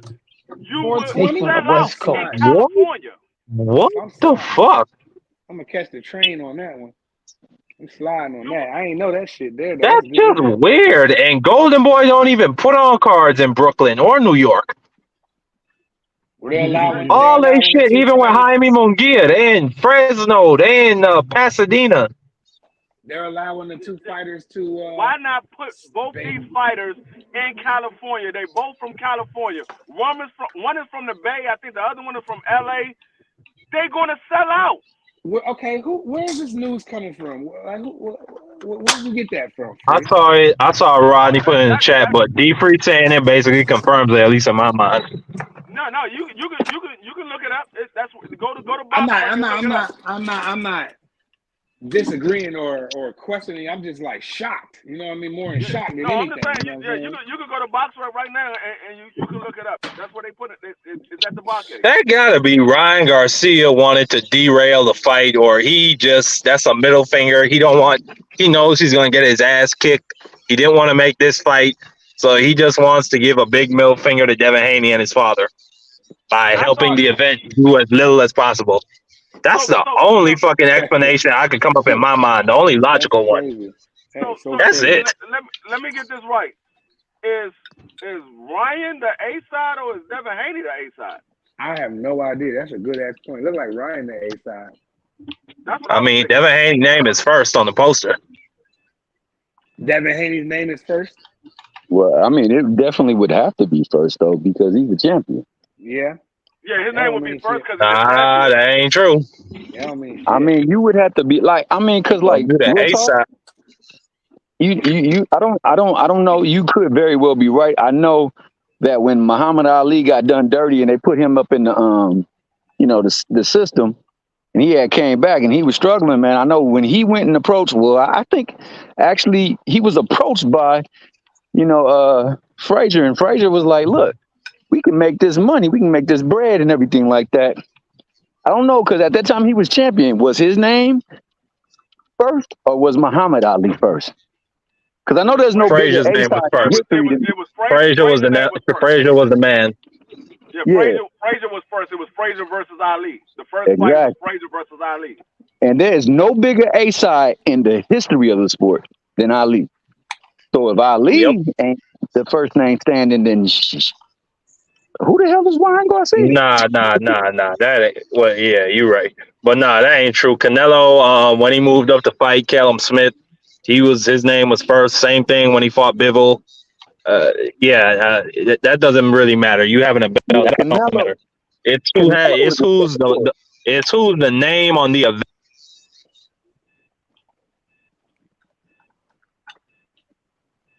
Go ahead, Fred. I think he must have cut out. What happened? One of y'all, go ahead. But I think that the things that happen with Canelo is like a conundrum. Like there's things that he gets away with that just should not be so. He get away with murder. He get away with a lot of stuff. It's no way that you the challenger and your name is above. I mean, that was the one thing that Prograis was talking about. Like, how you gonna talk to me first when I'm the champion? So I don't know. Like, I think that Devin definitely is the champion. I think that there's no clear, distinct, true A side up in this. And I'm not really all big on A sides either. But who's the bigger draw? It's marginal at best. But I do believe it'll be a good fight, though. They're about even, but when we talk about pay-per-view, I can't. I mean, I don't know what Ryan does without Tank. I don't know what he does without Tank. Yeah, that's what he don't do shit. No, but I think Ryan Garcia is just one of them guys. He needs the right dance partner. He's tapped into a huge casual audience on his social media and when he's doing these endorsements and whatever. So if he's with a Tank or a serious big name like a Matias or a Tio, people are going to tune in and really watch that shit. They're going to buy it. That's just what is. And Devin and Ryan got some history, so they can build this thing up really well. Yeah, they're going to build it up. I already see Prize. They with Ryan Garcia. He's doing the shit with the streamers. People really believe that Ryan Garcia is like this tough guy, like he's Hagler or something. Yeah, they don't know this nigga. Yeah, so they're gonna buy the fight. It's gonna do good numbers. Yeah. I don't know. Speaking of streamers, did y'all see Jamal Charlo? Look, I don't really like to do this, but I can't take it with him no more. Did y'all see him begging like he's some dope fiend, sounding all crazy on that? What's that kid named? Admin Ross? I heard about that. He looked little. Aiden Ross. Aiden Ross. There's the name. Aiden Ross. A real popular streamer on Twitch streamer or whatever. Jamal Charlo called up and begging for money. Like, I had to go listen to the audio because everybody was reporting shit. I'm like, man, let me go listen to this shit, man. When I listened to it, I was like, really, Mo? Like, you sound like a dope. Was he like seriously begging for money? Bro, he was begging for money. He was like, man, I ain't gonna charge you that much, man. Aiden Ross was like, I never had anybody do that. Man. Ryan Garcia, he had way more popular fighters than Jamal Charlo come out and do it for free. All he's doing is commentating for free. He said, go look at, you need to go watch that shit, bro. You'll feel even worse for Jamal Charlo. So that's why I don't want to see him nowhere near Canelo on Cinco de Mayo. No, if that confirms that nigga don't want to fight Canelo. No, he don't want to That fight. shit Jamal is crazy. enjoying his last payday right now until his money get low. He's on vacation in the Turks and Caicos. He sounded so intoxicated on. I don't think the divorce came through yet either. Ain't no divorce. They back together. There's no divorce. I don't think it's Jamal that don't want to fight. We're gonna see. I don't think it's Jamal that don't want to fight Canelo. I think PBC. I think it's PBC don't want to pay Canelo $35 million to fight Jamal. Right. Not only that, Jamal mentally not ready for that because last time I seen him, he was sounding crazy in his last two appearances. The one on Instagram Live, and I don't know why his wife don't stop him from going live, and his people around him, a bunch of yes men. They stopped Jamal Charlo from going live when he's fucked up. If he gonna get fucked up, let that shit be off the. You don't see Canelo too many times fucked all up on camera, acting crazy, calling up niggas. He calling up. I don't care. I'm talking. I'm saying I've seen him. I have seen him, but not as many times as you've seen Jamal Charlo. Every time he opens his mouth, he sounds like he just been getting it cracking all day. And hey, listen, I like to get it cracking. I don't box stuff for a living. You know what I'm saying? So that nigga, the way he was begging on Aiden Ross, clearly y'all must have didn't hear it. It is sad. Bro, I don't want to hear that shit. I don't want to hear it. You don't actually. You know what? I checked that. Don't go listen to it. You don't ever want to hear no man at his lowest like that. That's some crazy shit, especially where he came from. I had to go listen to the audio because people was like, "Yo, man, you heard what your boy?" People calling my phone and shit. I'm like, "What are you talking about, man? I'm not listening to Jamal. Jamal like the I already know." But they was like, "No, yo, Prize, you need to go listen. This shit is really, really bad, bro." I don't know what it is with Jamal. I don't get into these fighters' personal lives because I don't know what's going on in their personal lives. So I don't get into it. I don't try to read into it or none of that. If I get asked a question, I comment on it. But their personal life is their personal life. I don't know what's going on. I'm not going to speculate. I know what's going on because the niggas is on Instagram live. So how you not? I know what's going on because they live and then it gets recorded. It gets screen recorded. So how can you not know what's going on in their personal life? I know Jamal Charlo. You don't know what's going on in their personal life. I do because I knew he was in. We do though. I know we see this man's wife cussing him out. I know. We see these screens where I see his brother and his wife, and they two wives fight. I know they got. I know she's spitting at them cars. I know that she. All kinds of crazy shit. I know he got full custody of them kids. So how do I not know what's going on in his personal life? I clearly know what the fuck is going on because they fucking on the Instagram all day. So that's what's going on in his personal life. You know bits and pieces. Bits and pieces. I just made some real shit, free. You know, he got full custody of his kids. You know bits and pieces. Hey, let me ask you a question. Do I got full custody of any of my kids? Yes or no? Do you know? You know bits and pieces. Do you know? But that's some big, major shit, some real personal shit, though, don't you think? But what I don't know if you got custody of your kids or not. Okay, just because you got custody, you don't know what kind of custody you got. I know something internal. That's just one thing I know. You know bits and pieces. What I'm telling you is you don't know everything that's going on in their personal life.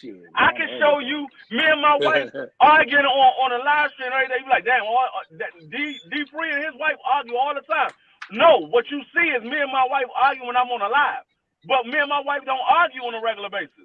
You just see me and my wife argue when I'm on a live. But I didn't see her tear up stuff. I didn't see her tear up his things. I didn't see her. What I'm saying is every time I come on, if you see a certain thing, you're going to say, damn, all they do is argue over this. No, that's not what all they do. That's what you see. That's what you see. So you don't know everything that's going on in a personal life. You know what you see. I know a lot but of if that's what you give to the public, imagine what the fuck go on in private. That's all at least I'm saying, Free.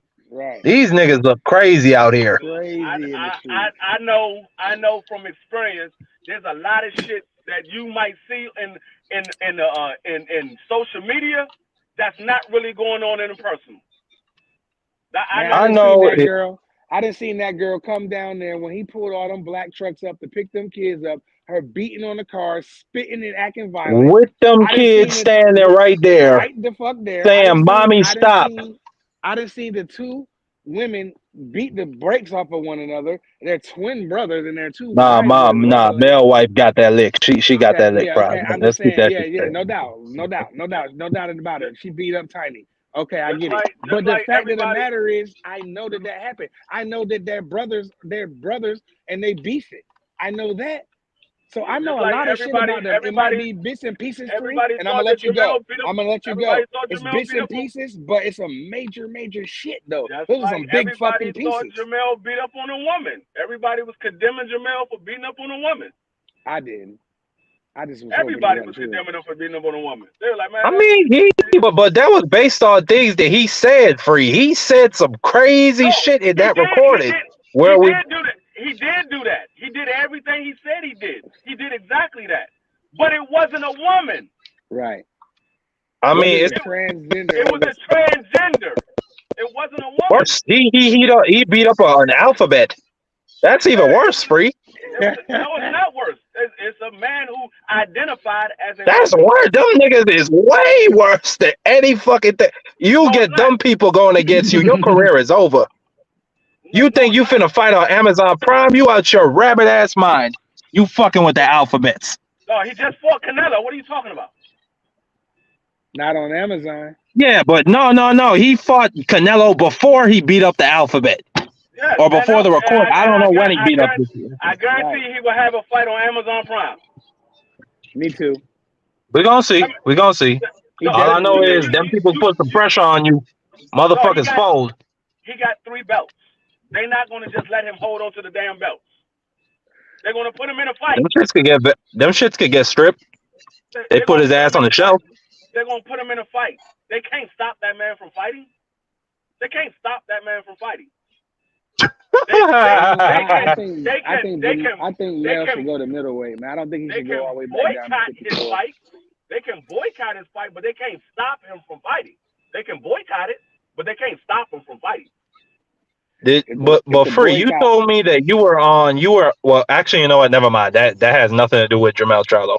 But yeah, I don't know, bro. Yeah, Jermell, I think he put himself in a fucked up ass position. Regardless, that whole family is deeply dysfunctional. I think they need to go on Karamo and work out their issues.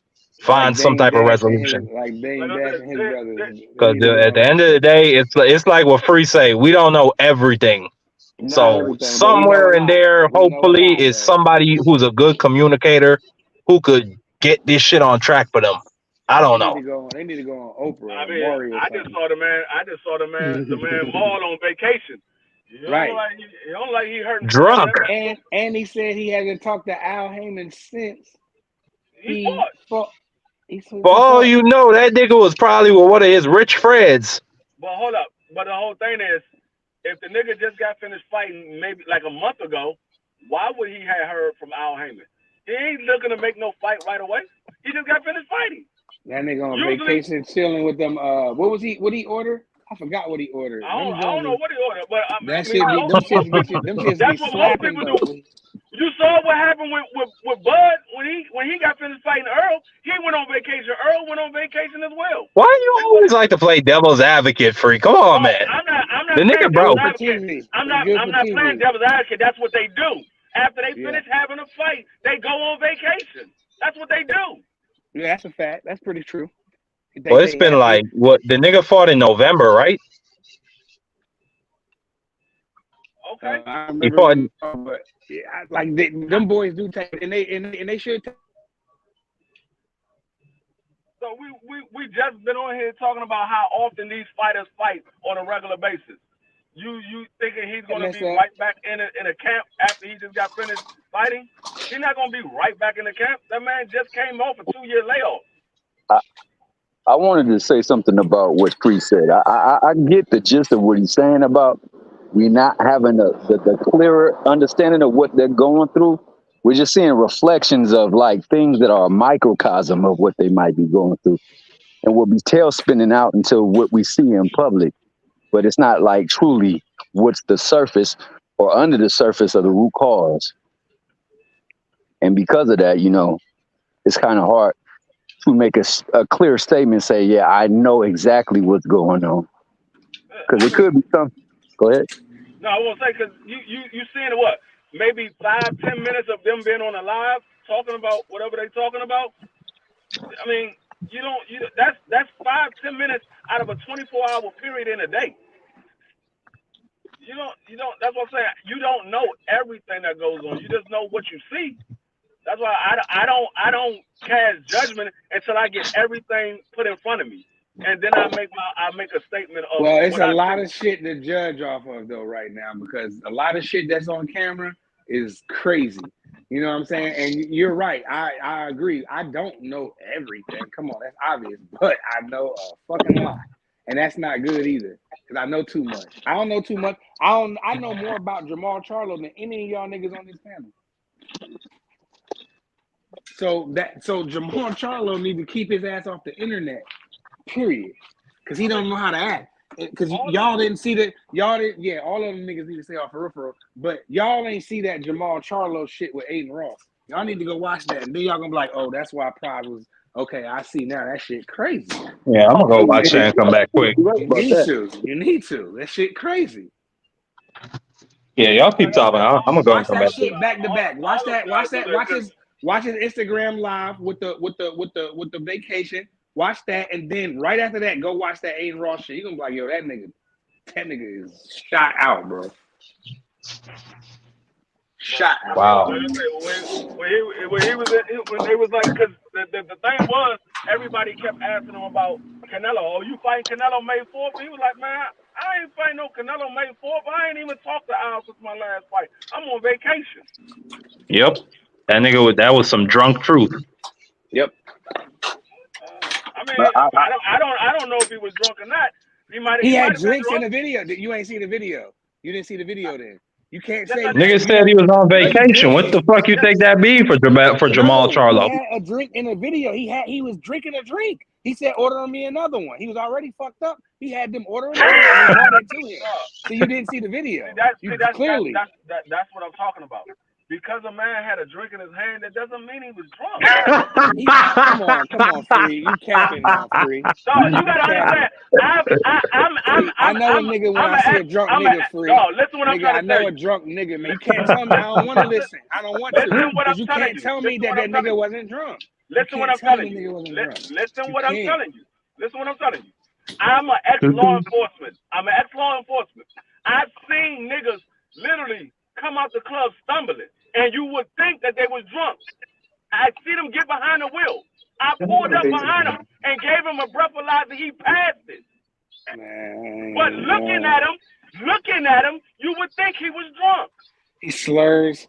It's bad. It's bad for you. I mean, some people have a different tolerance level, but that nigga had some liquor in him. We know that. We know that for a fact, D3. I know he had liquor in him. He had a drink in his hand. I know he had liquor, but it doesn't mean he was drunk.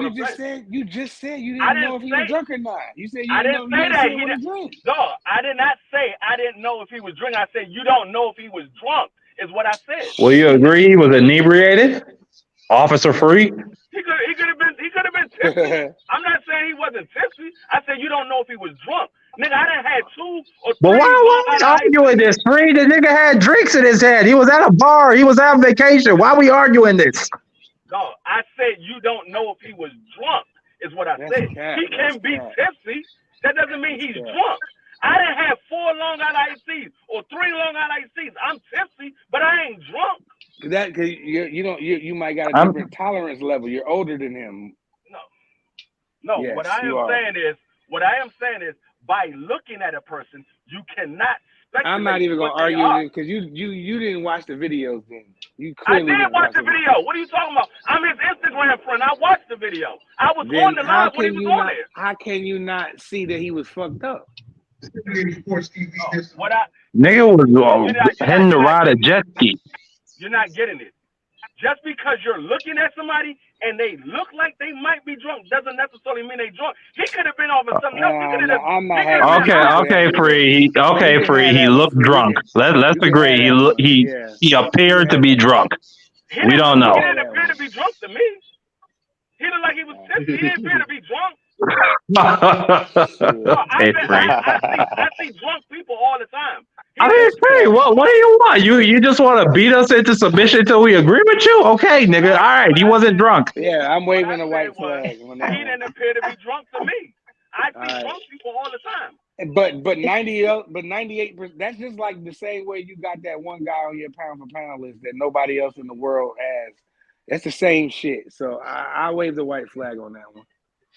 You said like the nigga that you got on the pound for pound list. What's your man name? Your man.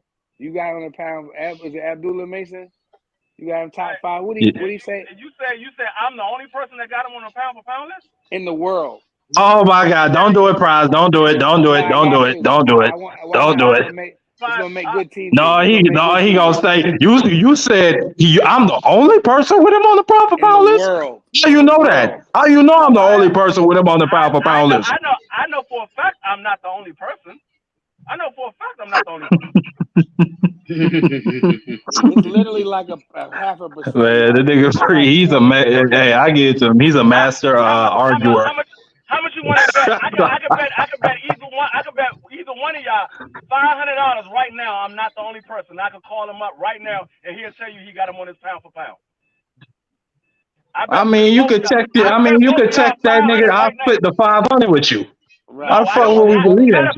Matter of fact, you ain't even. I ain't even got to call him. I just take you to his live and you can hear him say it himself. He said it on his live. Okay, well, find me 20 people that says Abdullah Mason, and you got a deal. Or no. Find me 20. Find me 20. Find me 20. Knockout got him on his pound for pound list.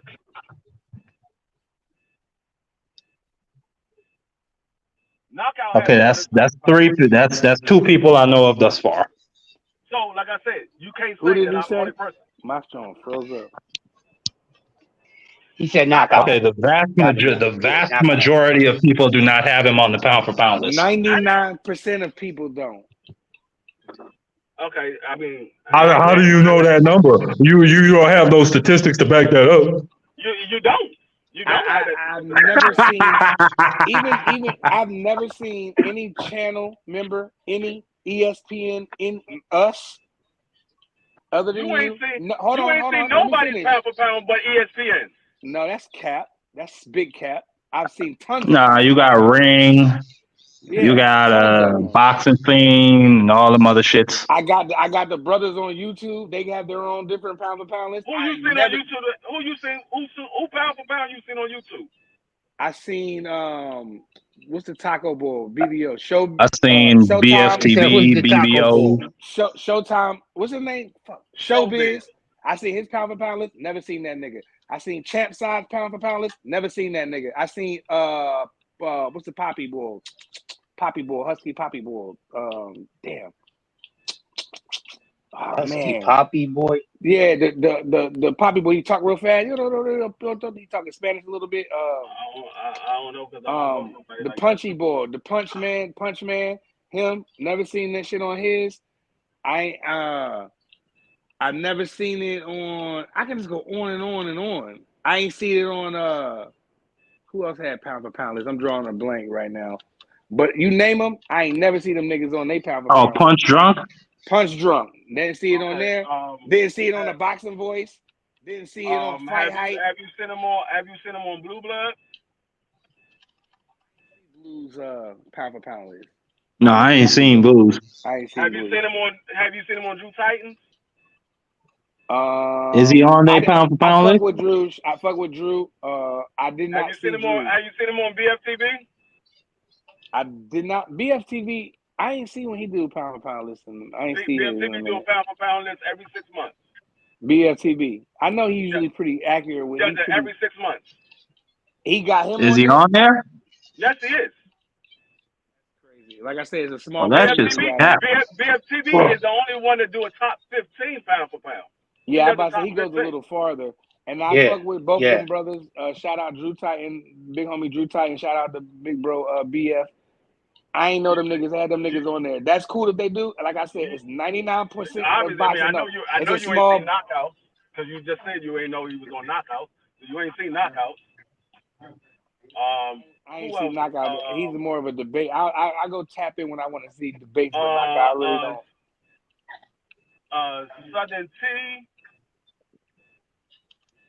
All y'all niggas is like I said, y'all the 1% that makes up from the 99%. Y'all niggas.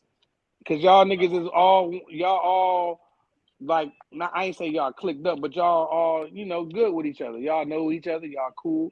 You know what I'm saying? But all the brothers you named to me what the hell that got to do are with credible. anything?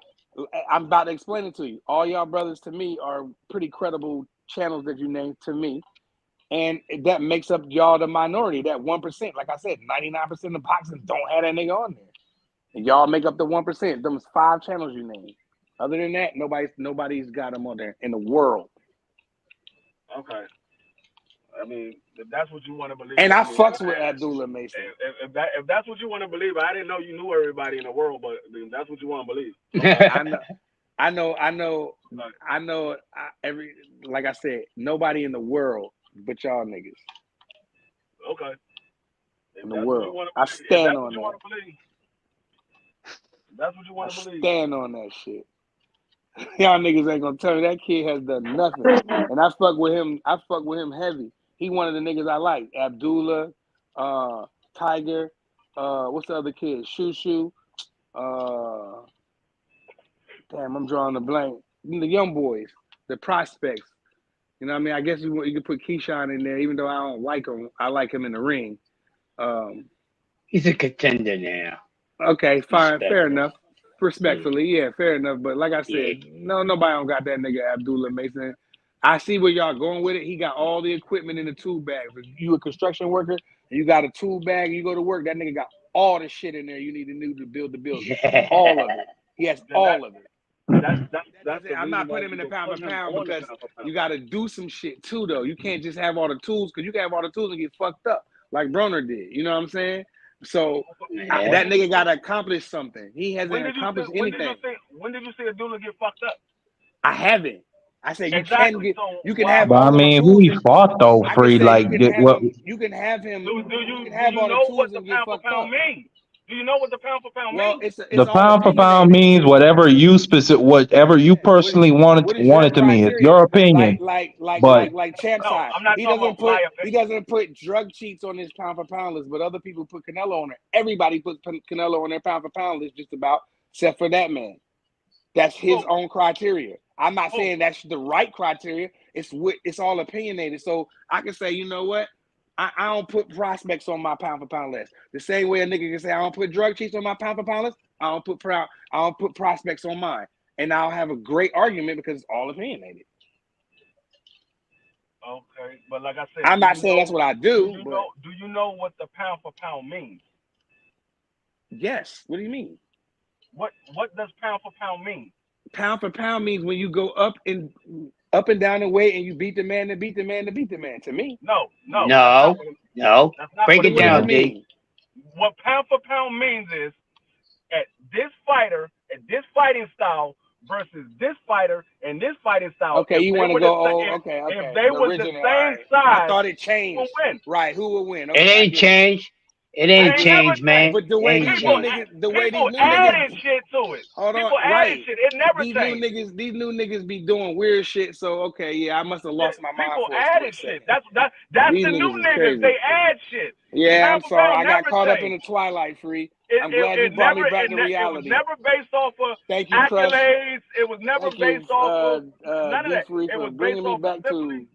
It was based off of simply this fighting style versus this fighting style. If they were the same size, who will win? That's what the pound for pound is. That's what it's always been.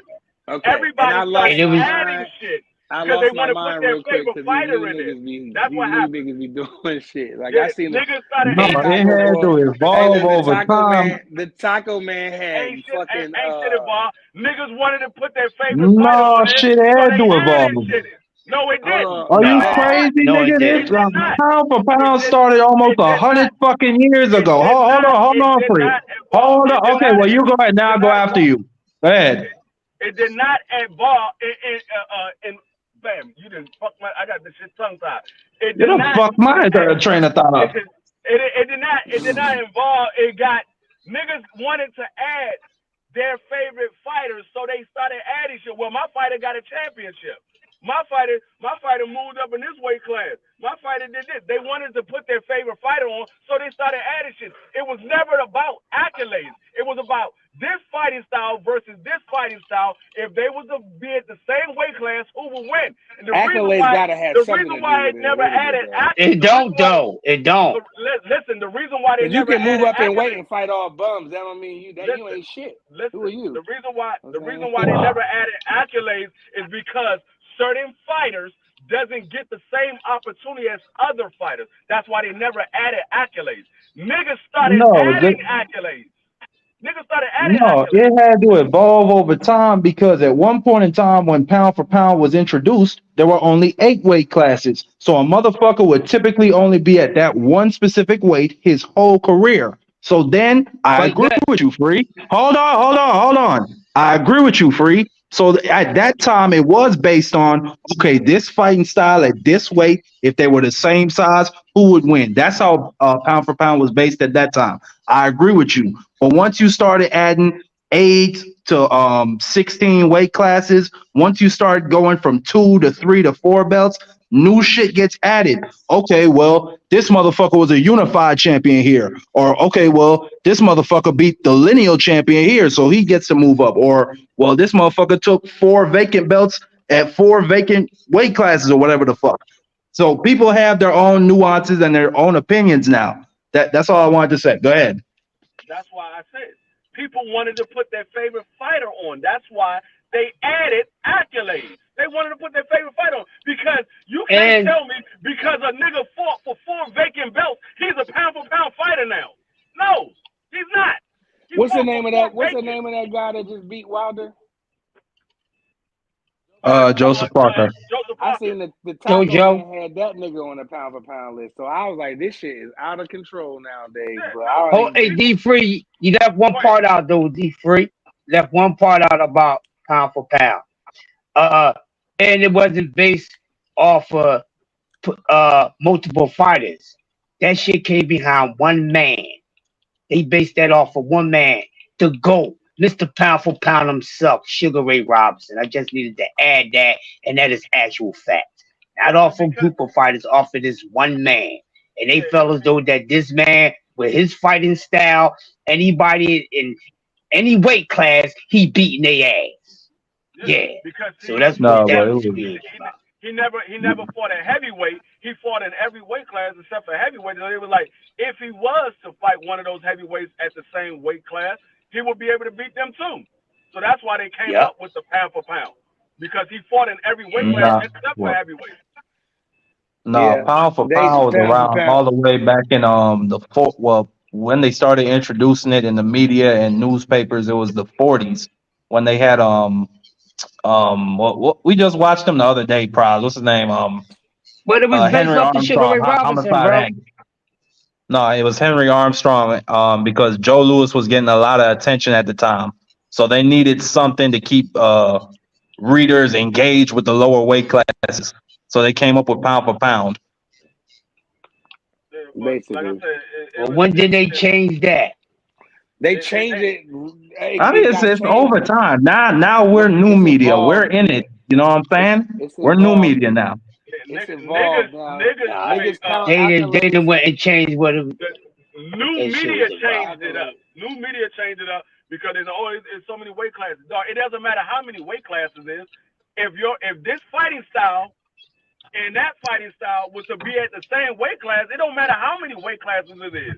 If this fighting style versus this fighting style was at the same weight class, who will win? That's what it was based off of. It don't matter how many weight classes it is. It could be 4 weight classes. It could be 32 weight classes. It doesn't matter. This fighting style versus that fighting style. People, like I said, people wanted to put their favorite fighter on the pound for pound, so they started adding stuff. Oh, well, my fighter, he fought and got 3 championships. Okay, but did he beat anybody that was in the pound for pound? No, he just beat 3 guys that had a championship. Those could have been 3 bums, or they could have been 3 vacant belts. He got 3 belts. They started adding belts to it. It has to evolve like everything else, like NFL, like the NBA. So when I said what I said, when somebody go up and down the weight, I mean, I know what it means. I've been watching boxing a long time, but when you go up and down in weight and you go beat the number one man, that's pound for pound shit to me. That's part of the criteria when you go do what you do. Of course, it's always going to be like what y'all brothers said. If Floyd Mayweather was the same size as Buster Douglas, who would win? I get it. You know what I'm saying? But like I said, everything changes. Everything is evolved. These new niggas, the Taco Man had Joseph Parker on that motherfucker the other week. And I was like, I can't fuck with this shit no more. That's BVO, man. He told me to check him out. I went and looked. That nigga pound for pound list was crazy. Okay, so these niggas are doing anything they want with these pound for pound lists. And I don't take but only a few of these, like maybe the brothers you named, Blue, BF, Champside, Boxing Voice, shit like that. Y'all niggas, Crush, Free, Marquee. I fuck with y'all shit, but these other niggas shit crazy, man. Even though you got Abdullah Mason on your shit, even though you got your Abdullah Mason on your shit, I ain't even mad at that. You know what I'm saying? It's not as worse as the Taco Man that had that motherfucker Joseph Parker. Taco Man be tripping. That nigga be tweaking, boy. I don't want to say his name because BVO get all sensitive. Dan got Monster anyway, number one. Hey, look, a lot of people got Monster anyway, number one. Like, I don't know why. I don't know why either. I only know Monty Dan got him at number one. Everybody else I know got Terrence Crawford at number one. The Taco Man didn't have Tank or the Taco Man didn't have Terrence or Tank on his shit, but then nigga had Joseph Parker. Like that nigga is crazy with that shit, bro. Well, you know something's wrong with Taco Man. That nigga must be stopped, man. That nigga got to be stopped with that shit. He took that shit down real quick too. Like a couple days later, he's like, okay, I updated my pound for pound list. The fans was like, because nigga, you had Joseph Parker on that shit, gang. Like, what the fuck is wrong with you? This nigga got Joseph Parker on that shit, bro. He ain't on there no more. He ain't on there the other day, like a couple days ago. The nigga ain't on there. But the last week, that nigga with Tank. Taco Man. The Taco Man. I don't want to say his name because that's BVO Peoples. I don't want to offend nobody, man. If you know, you know. The Taco, the glizzy hat wearing boy. So I don't want to do that. So, you know what I'm saying? That nigga. I don't know because I don't know half the people BVO. Okay, right. All right. Well, he's got a very, very popular channel. You know what I'm saying? Good. They put my fucking money in my account. I was worried about that. But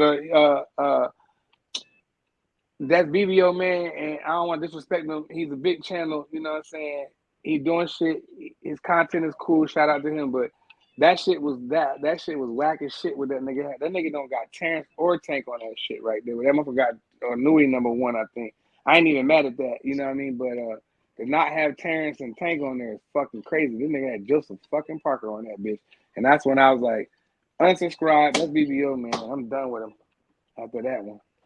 I don't want to see stupid shit like that come down my timeline when I'm at work. Because I be having a good day at work. And I see some nut-ass shit, and I just be like, wow, bro. Now I'm in a bad mood because this nigga got some goofy shit doing this because these casual fans follow this nigga. They don't know no better. They just started watching boxing because of him, probably. And they seeing dumb shit like that, and it's just bad, man. He must be stopped. With the dumb shit. With the dumb shit. Do your content, do your lives. Cool. Don't do no more pound for pounders if you're gonna do stupid shit. He's trying to be like so unbiased to the point where it's nasty. The nigga had Joseph Parker on the fucking pound for pound list. Joseph Parker. JoJo. According to y'all, I shouldn't have boots on my pound for pound either. I don't care if you don't. That motherfucker, you don't got Joseph Parker on that bitch, and you never did, and you never will. So I don't care if you put boots on there or you don't. No, and one day, BVO gonna let me up here. BVO said I could a long time ago. I don't know how you feel now. One day he gonna let me go up here, and I'm gonna come up here and I'm gonna flame all the channels y'all niggas just doing stupid shit that's making it hard. Y'all niggas must be stopped. Crushing the one I'm talking about. Free, you know what I'm talking about. Yeah. All y'all know what I'm talking about. These niggas we know. Weird. They bite niggas shit. They be stealing sound bites and shit. Yeah. I'm like, so these niggas is crazy. I'm like, he sounds just like Fam. A lot of people. So you gotta understand when people get on this YouTube, a lot of people do stuff to get views. They don't do stuff to get actual knowledge out there. They do it to get. I gotta get used to that shit, sure. But these niggas are weird, man. They got to be stopped, and they need to be called out. And these niggas is crazy, man. These niggas be beefing with each other over stupid shit. They be beefing over stupid shit, but they don't want to beef over the real shit. You know what I'm saying? Beef over some real shit. I'm not talking about no street shit. I'm talking about like some YouTube boxing. Beef over this nigga's pound for pound list compared to this one. Don't go do some of the other antics like some of these other brothers do that's unnecessary. But some of these niggas is just so weird, man. And I'm glad you said what you said, Free, because I would have never even thought about that. But these niggas get up here and say anything. They put out any kind of pound for pound list. When that Taco man had, I'll never be able to. That scarred me, bro. I'll never be able to get over that. This nigga had Joseph Parker on there, dog. And today or the other day, this nigga didn't have Crawford and Tank on there, bro. What kind of shit is that? You know what I'm saying? Them niggas is on there. If you're gonna make a fucking list, them two niggas is definitely on there. I don't care where you put them at, 1, 2 to 10. Some of these niggas got to be stopped, man. They doing shit and they doing it for the views, like you said, and they know how to edit real good, and they got good content and it's cool and they just numbers. But these niggas is goofy. And only reason I'm up here is because of BVO. I was a nigga that stayed in the chat. The only reason I'm on this shit is because BVO talked me into this shit. If it wasn't for him, I wouldn't be up here. I'd be in the chat talking shit to y'all or with y'all. You know what I'm saying? BVO done pull me out of here, and now I done snap. Now there's no turning back. So you niggas, man, I'm gonna say something one day. Absolutely, man. You niggas is weird, man. I don't even care about niggas arguing with one another. Don't just go personal on a nigga. Keep it boxing, but bro, man, these niggas, they be all Yeah, I used to fuck with niggas like that, but at a man, certain point, you know just get better. tired of dealing with that shit. It's like I got real shit to deal with in my life. I don't need to be in no toxic kind of fucking situation arguing with a nigga every day just because I like a boxer or something. Right. Them niggas, I don't know. They need a new hobby or something. That shit can't be healthy for you. That shit gotta be bad for your blood pressure or something. Hell Where yeah, we at man. What you got, Crush? We had a 3-hour mark. God damn. All right, cool, man. I really appreciate coming through, kicking it with the dope minds of boxing, man. It's always a pleasure. Whenever I could come in and share, bust it up with you guys, I will, man. So thanks for having me. Y'all keep on tuning in and make sure y'all press the like button and subscribe if y'all have. Hey, Crush, you got BVO phone number? No, I got he control got my of the show. number. I can end it. You got Crush number? You got Crush number, Marky? No, I ain't got a question. You got it? I need to get it. Somebody got an email. Yeah, he had it before and he lost it. Yeah, get it from D Free. D Free got my number.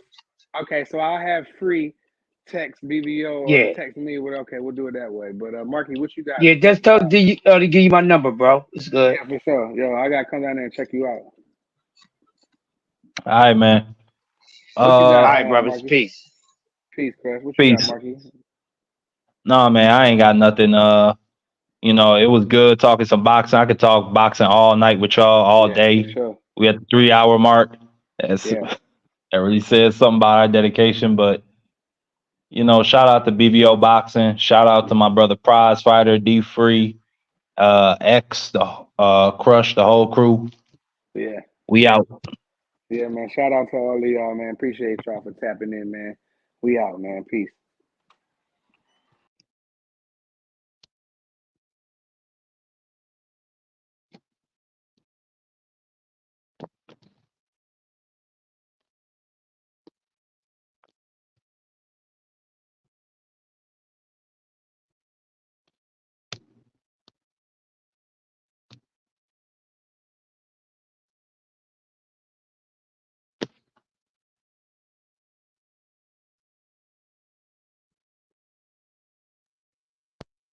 I'm trying to end this shit, BBO. I don't know how to do it.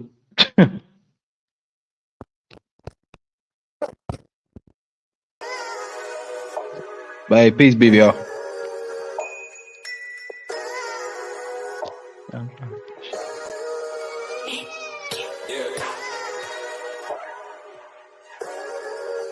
We really Who wanted the baddest? Let's see. Oh, we boxing? Yeah, we boxing. I need that belt like it ain't no other option. So we punching and weaving and blocking. Defeat ain't an option. Let them know. Shoot a video. Put it on BVO. Let them know. Every time I punch, it's a heavy blow. BVO. Bound to hit like bricks cause it was set in stone. Let them know. I ain't getting body, but I'ma hit this flow. Yeah, way more than a show. This is BVO. This how it's finna go. I'm a